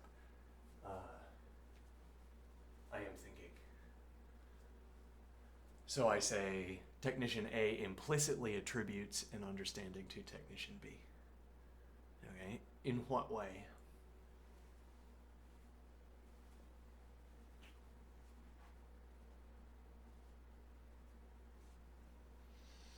If we take a step back, the point was that I want to...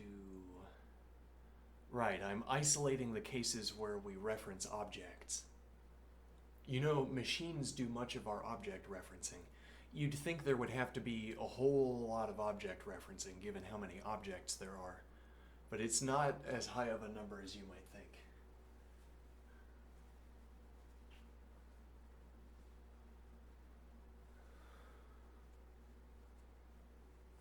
And what is the point there?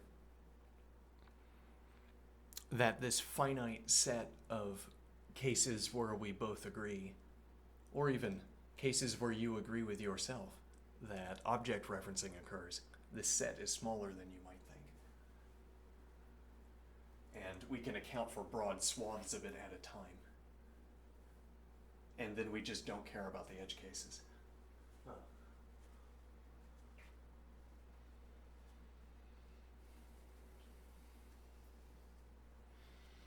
Now, what is the idea?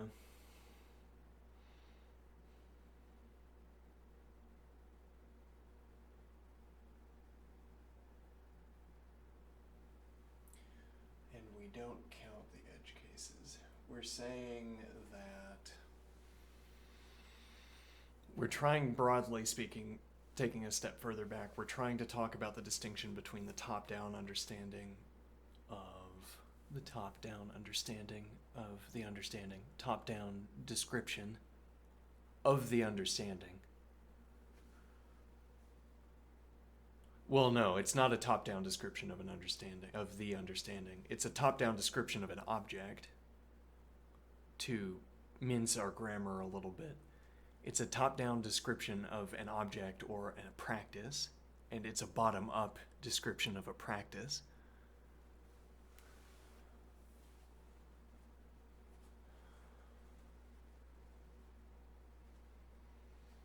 Well, certainly the top-down description of a practice takes the form of working with a concept, as in we say we're looking down on the activity from head level, first person view, as it were. We're describing the objects Technician B is looking at by referencing those same objects that Technician B would pick out of the image.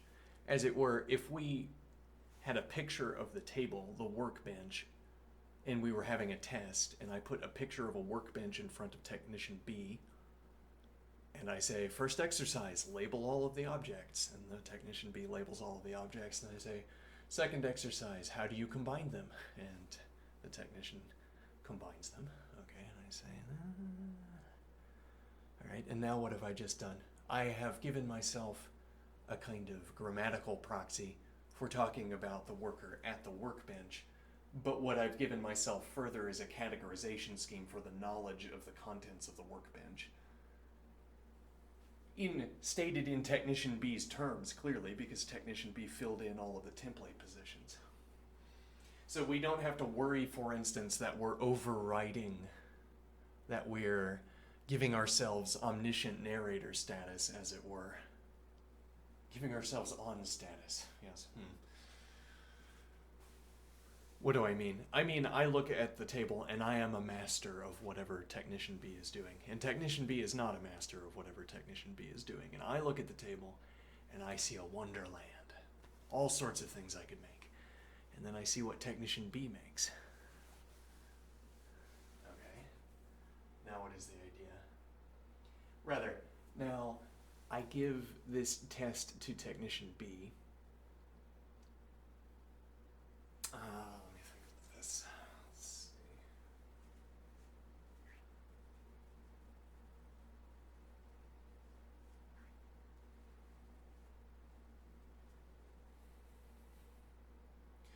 Technician B has a work table, has the various widgets of the techni. Might be misusing that word. Has the various implements, the various tools, the various components. Okay. And I'm saying that we could give... right. Well, I, the master, am trying to explain what Technician B did with the components on the table. It's not something I would have done. So I'm trying to explain it, and I explain it in the way that I understand it. Unbeknownst to me, as it were, because understanding is always a philosopher's term from a step back.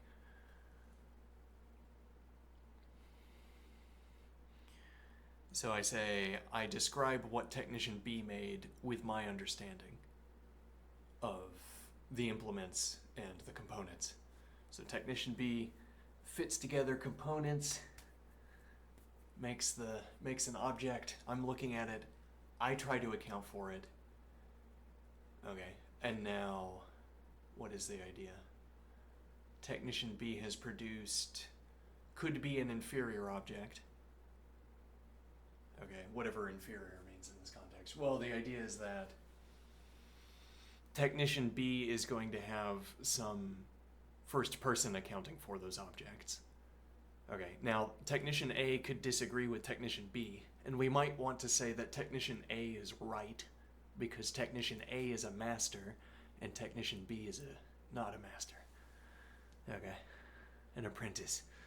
All right, and now, what is the idea? This impulse to call Technician A right in this context is irrelevant. It's distracting. What do I mean? We're trying to talk about, I'm saying that, let me think here.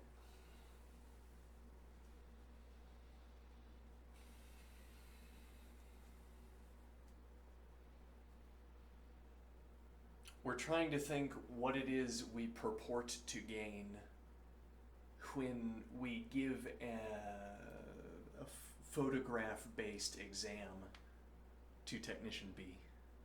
Okay. Technician B, all the time busy over there making objects. Some of them are good ones. All right, now, so we give Technician B a photograph test. All right, and I say, look at this state of the workbench. Now, why do we have a photograph, and why don't we just go over to the workbench? Because it's easier to talk about the photograph. It's easier to make my fine-tuned philosophical point if we're talking about a photograph.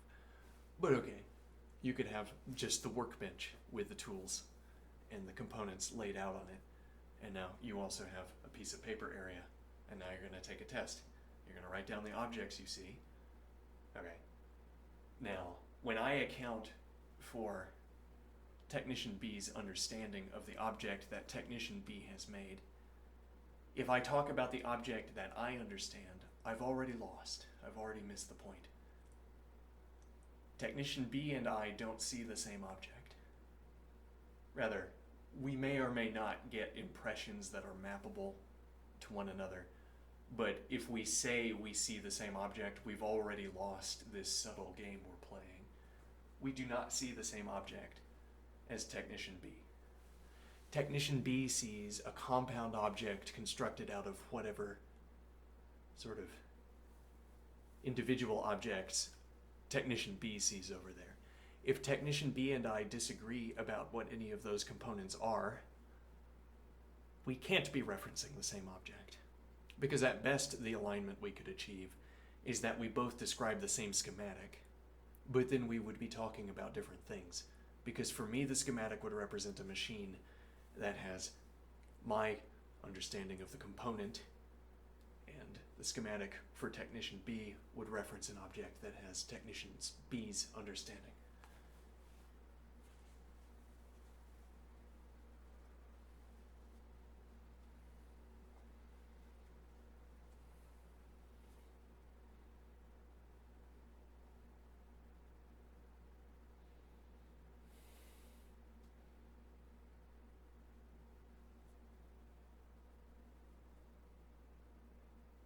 Now, what is the idea?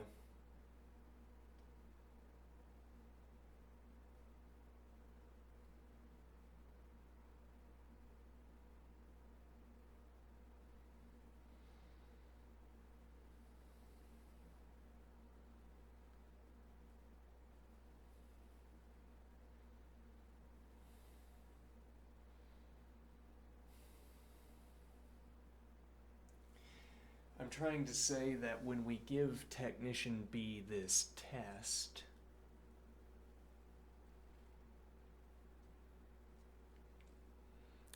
we overcome this gap, we cross this gap. We were worried. It's easier to describe more in natural language. We were worried that we, the masters, just couldn't get down to that level and understand what the apprentices are thinking about. It helps to see what nonsense is passing through their heads if you're trying to rectify their errors, rectify their lack of understanding. Okay.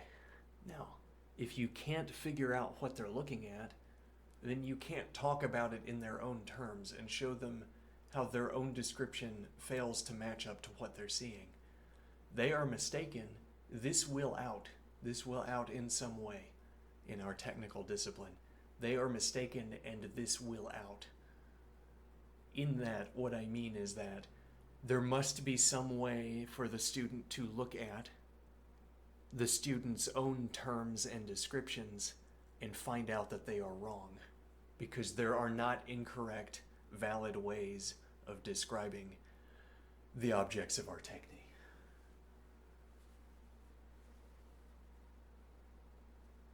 I guess this would be one supposition we could have. What is this supposition in short? It's like saying, well, so again, this gap that we have, that we're trying to cross, we're going to have to make this idea sort of, it's like a lightning strike with this idea. If we can get some of these points to link up, I'm thinking. What do I mean? If I could finish the thought A, then I could finish the thought B, but if I could finish the thought B, I could finish the thought A. Okay. Now, what is the thought A? What are we trying to get out of testing Technician B's recognition of the names of the objects on the table and descriptions of what combinations those objects can obtain?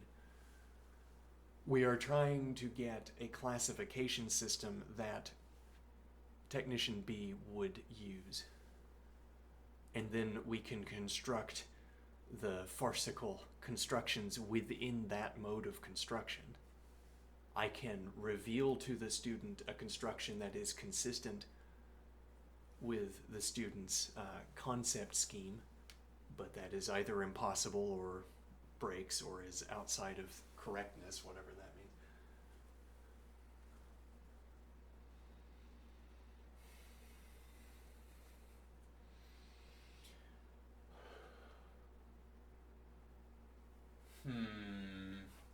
I think there's something more that we're supposed to gain here.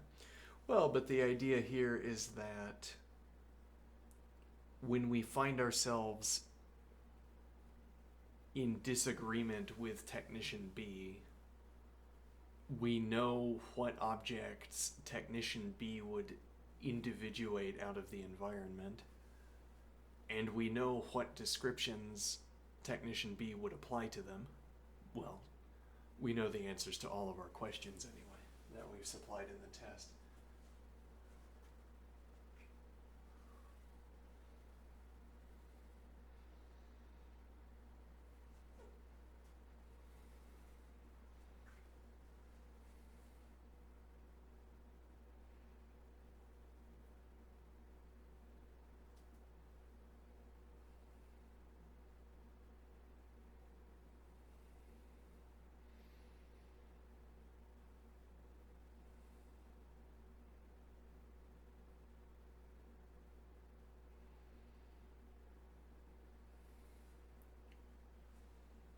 The idea here is that we want to succeed at accounting for Technician B's understanding. One way we could fail to account for Technician B's understanding is that we lay a conceptual scheme, we identify the wrong objects, we identify a different set of objects, we individuate a different set of objects from what Technician B individuates out of the table. Okay. Now we can try to cross that gap. We can try to ensure that at least on paper, we only have descriptions of objects that Technician B would agree are constructible.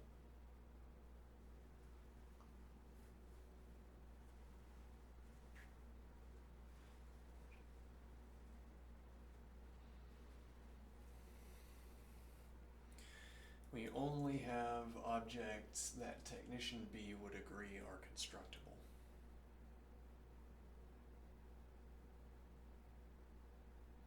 So it's not the case, the technician would never accuse us of misindividuating, of selecting the wrong objects, because we were careful to construct our description, our selection of objects, by referencing the model given to us by Technician B.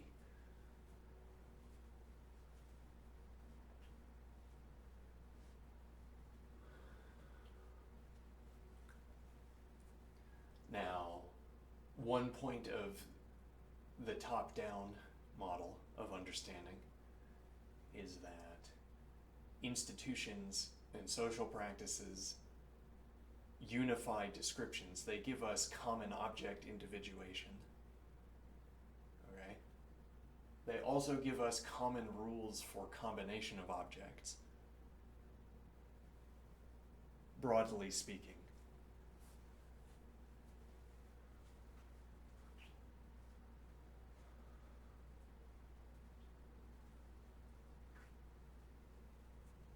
If there is no institution, a common event you'll find, if there's no institution or convention that unites individuation of objects, people will simply refer to different things. They'll reach disagreement about the truth.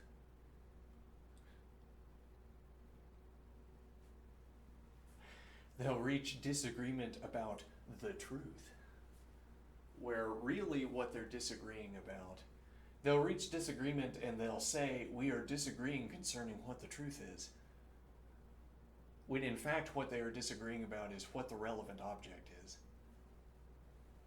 But then the object doesn't reveal this distinction to them, except through their disagreement.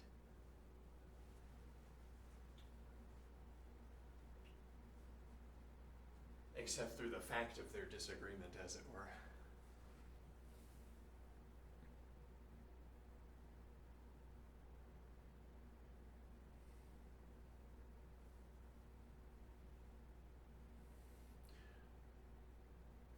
Social practices and institutions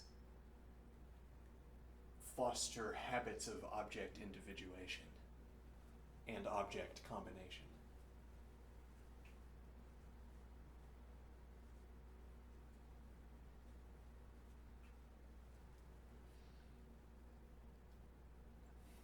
The bottom-up understanding correctly recognizes the nature of human understanding.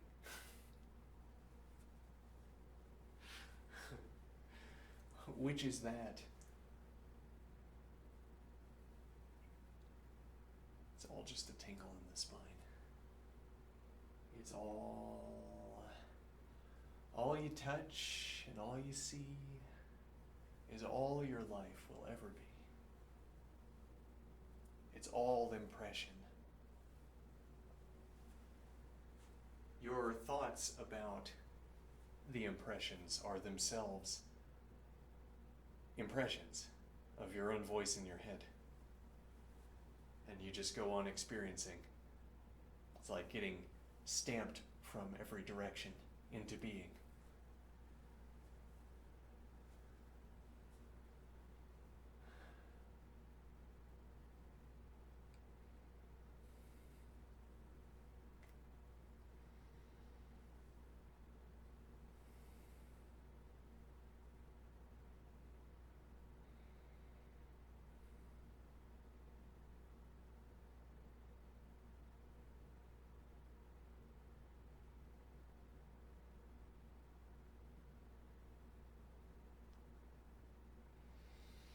So what's the point here? So when I accounted for technician B's understanding in terms of widget J, widget J, when I provided an accounting for technician B's understanding in terms of widget J, did I succeed at referencing the sense impressions, do you suppose? Is that what I take myself to be doing when, well, I don't take myself to be talking about technician B's understanding. I don't frame it in that way. A philosopher frames it in that way.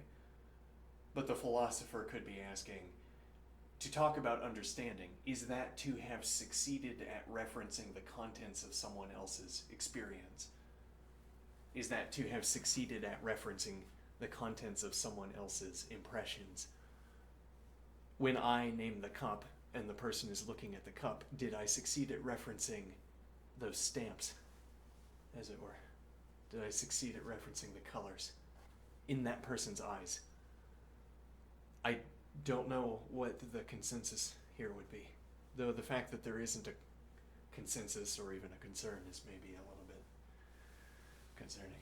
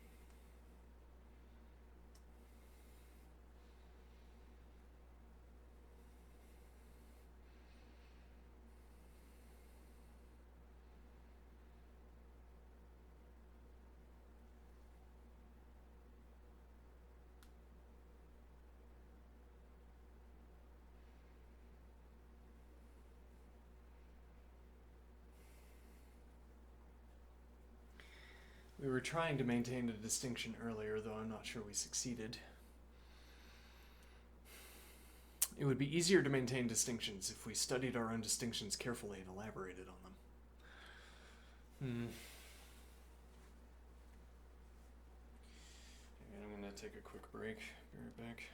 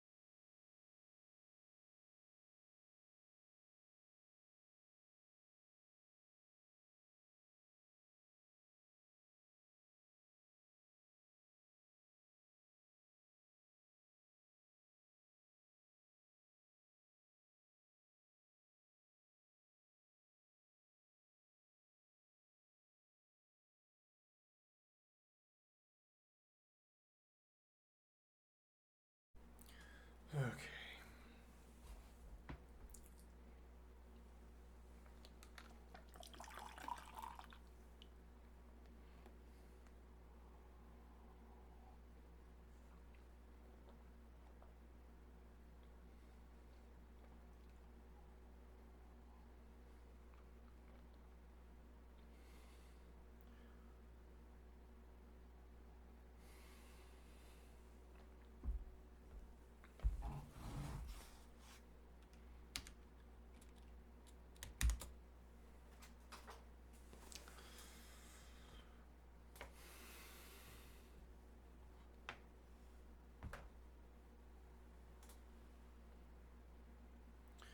Okay.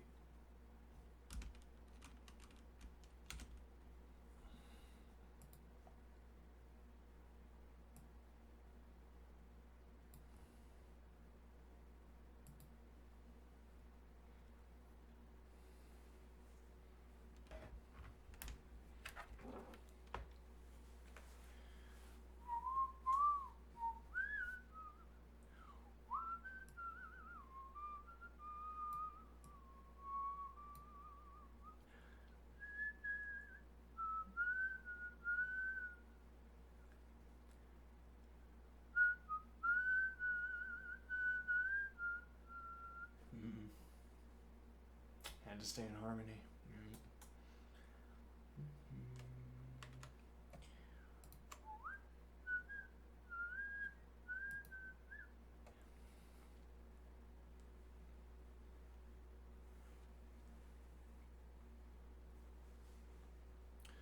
Convergence.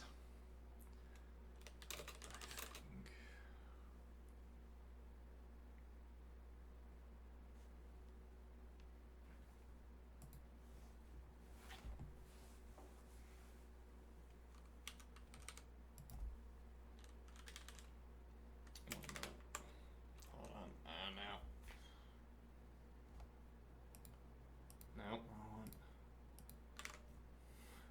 listening to an album? Let me see here.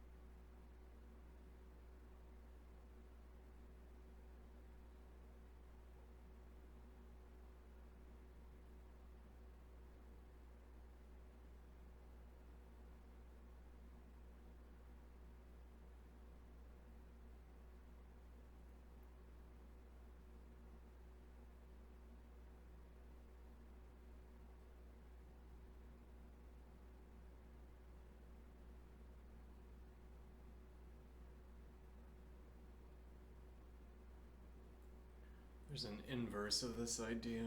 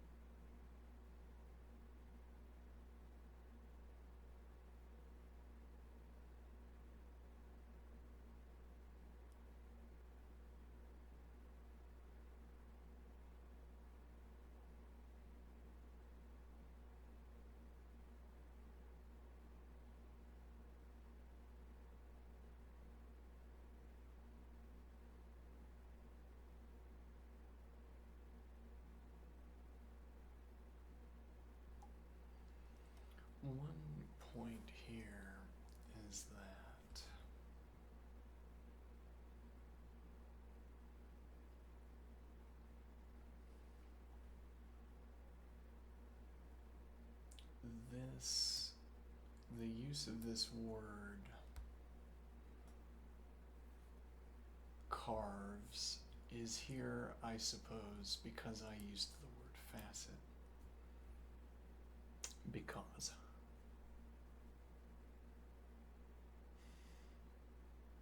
Cheaply enough, if I had not used the word facet, the word carves would not be there.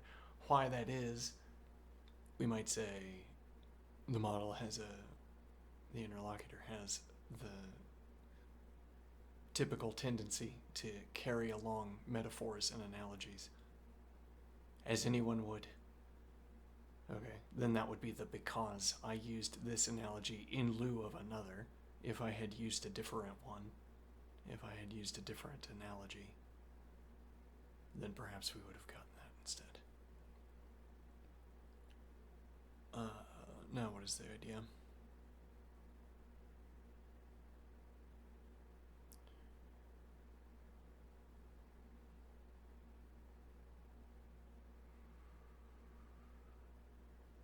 If I use a word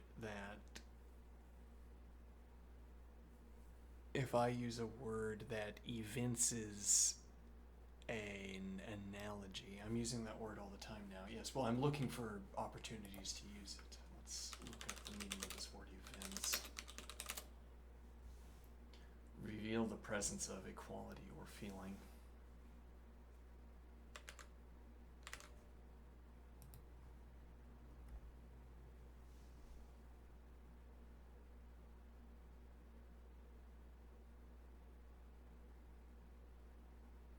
Now, if I use a word that evinces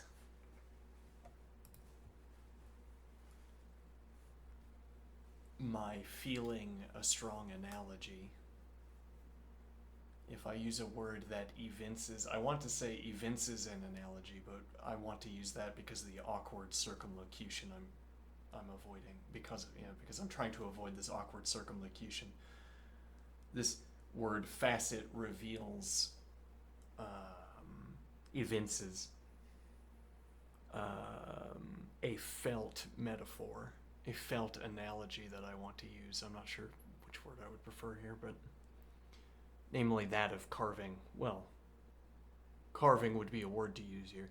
Maybe it evinces a jewel.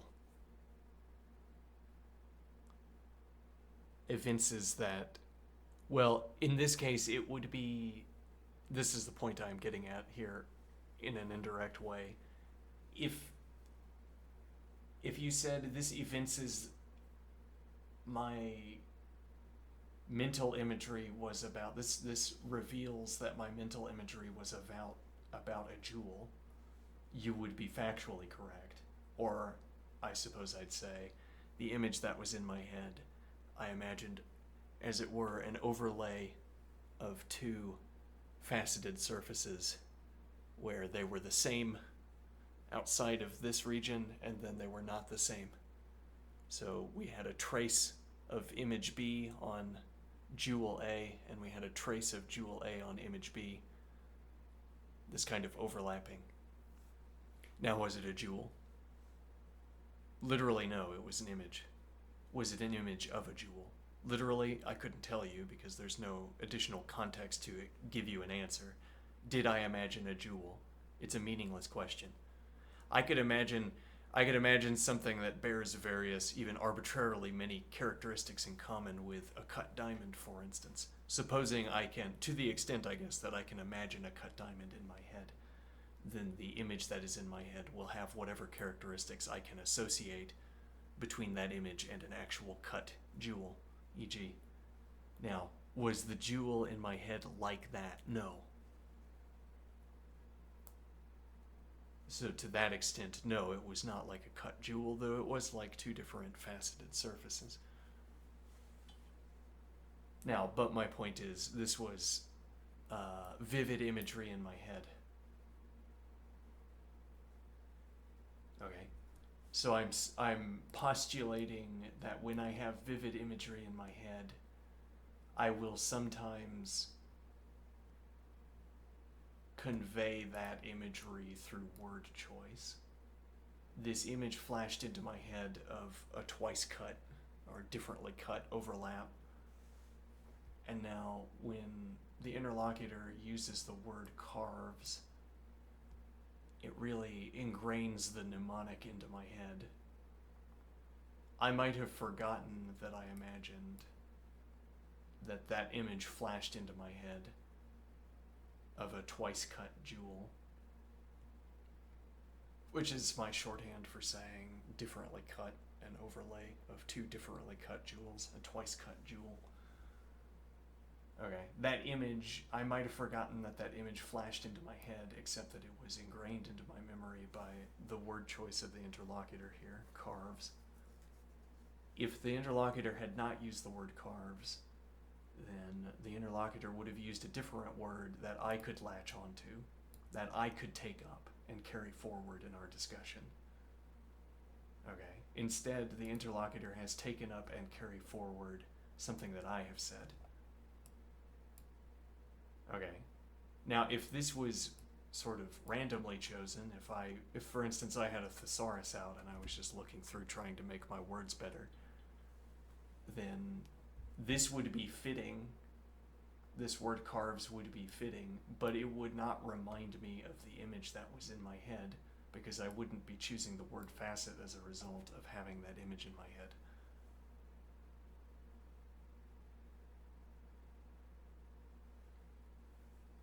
So my point here is that if I used charged grammar, I call this charged grammar. I don't know what that means. Doesn't have to mean anything yet. If I use charged grammar, as it were, odds are good that I had a strong image, a charged image in my head.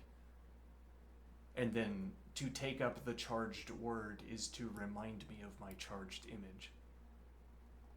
That charged image is how I remember what I was thinking about when the image was in my head. So now, having that image recallable makes it easier to recall what I had in mind when I offered my description, when I typed this in.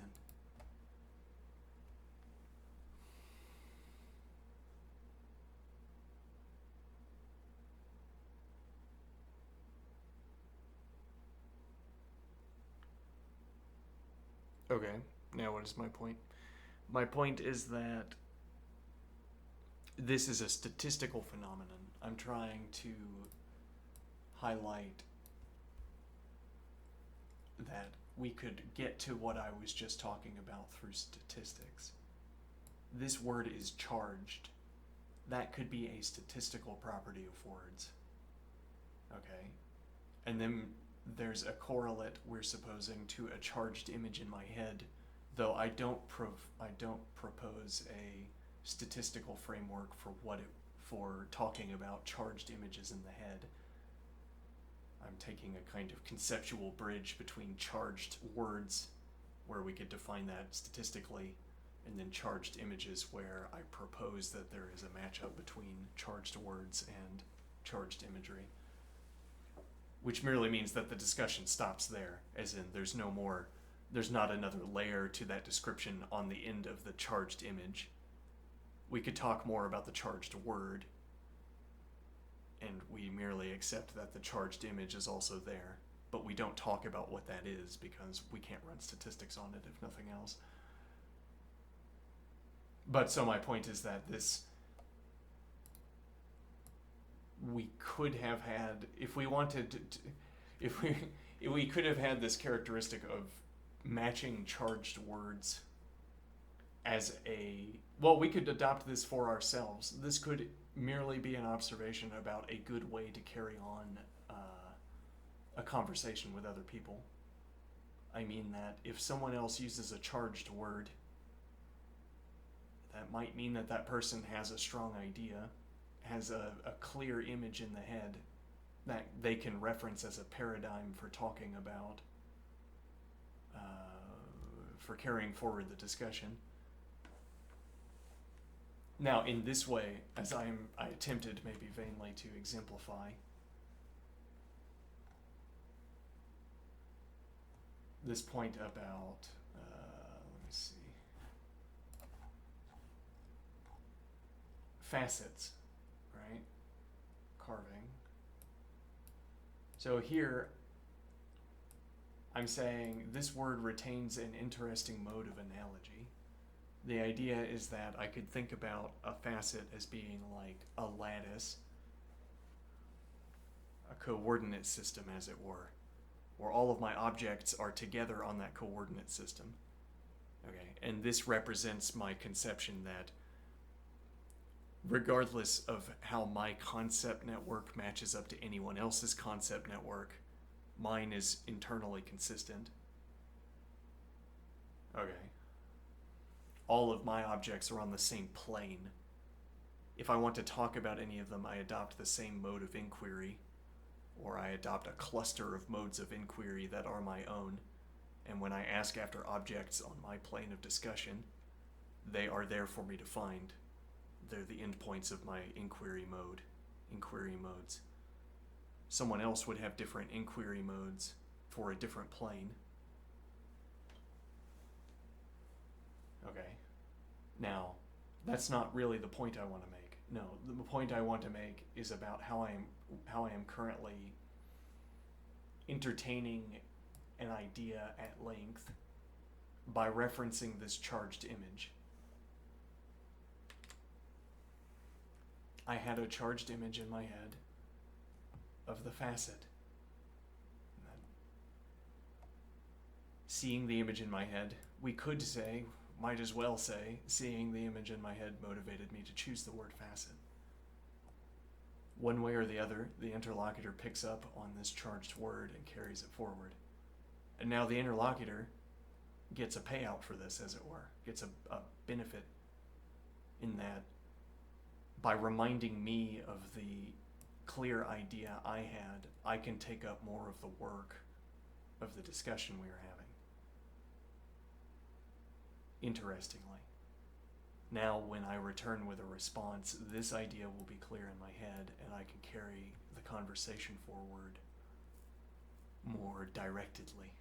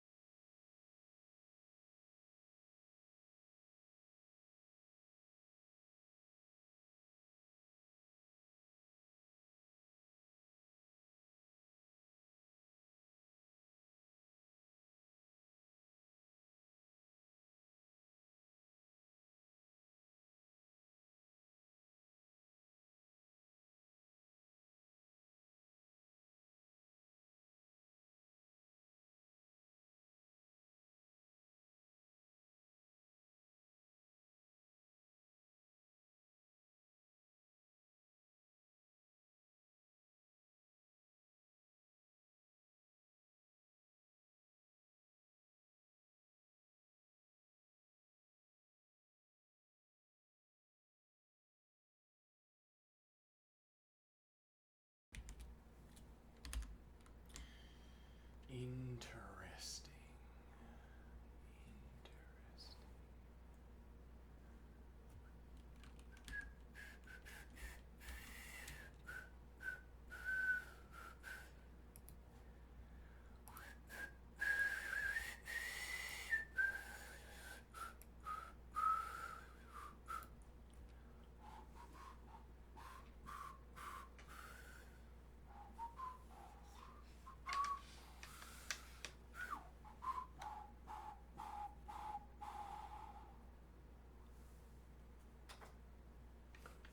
And now for the copper reed solo.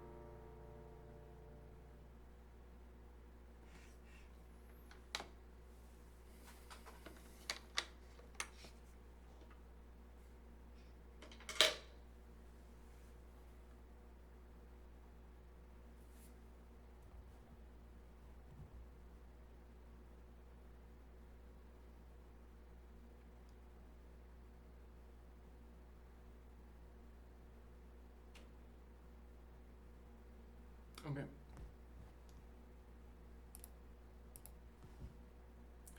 See you soon.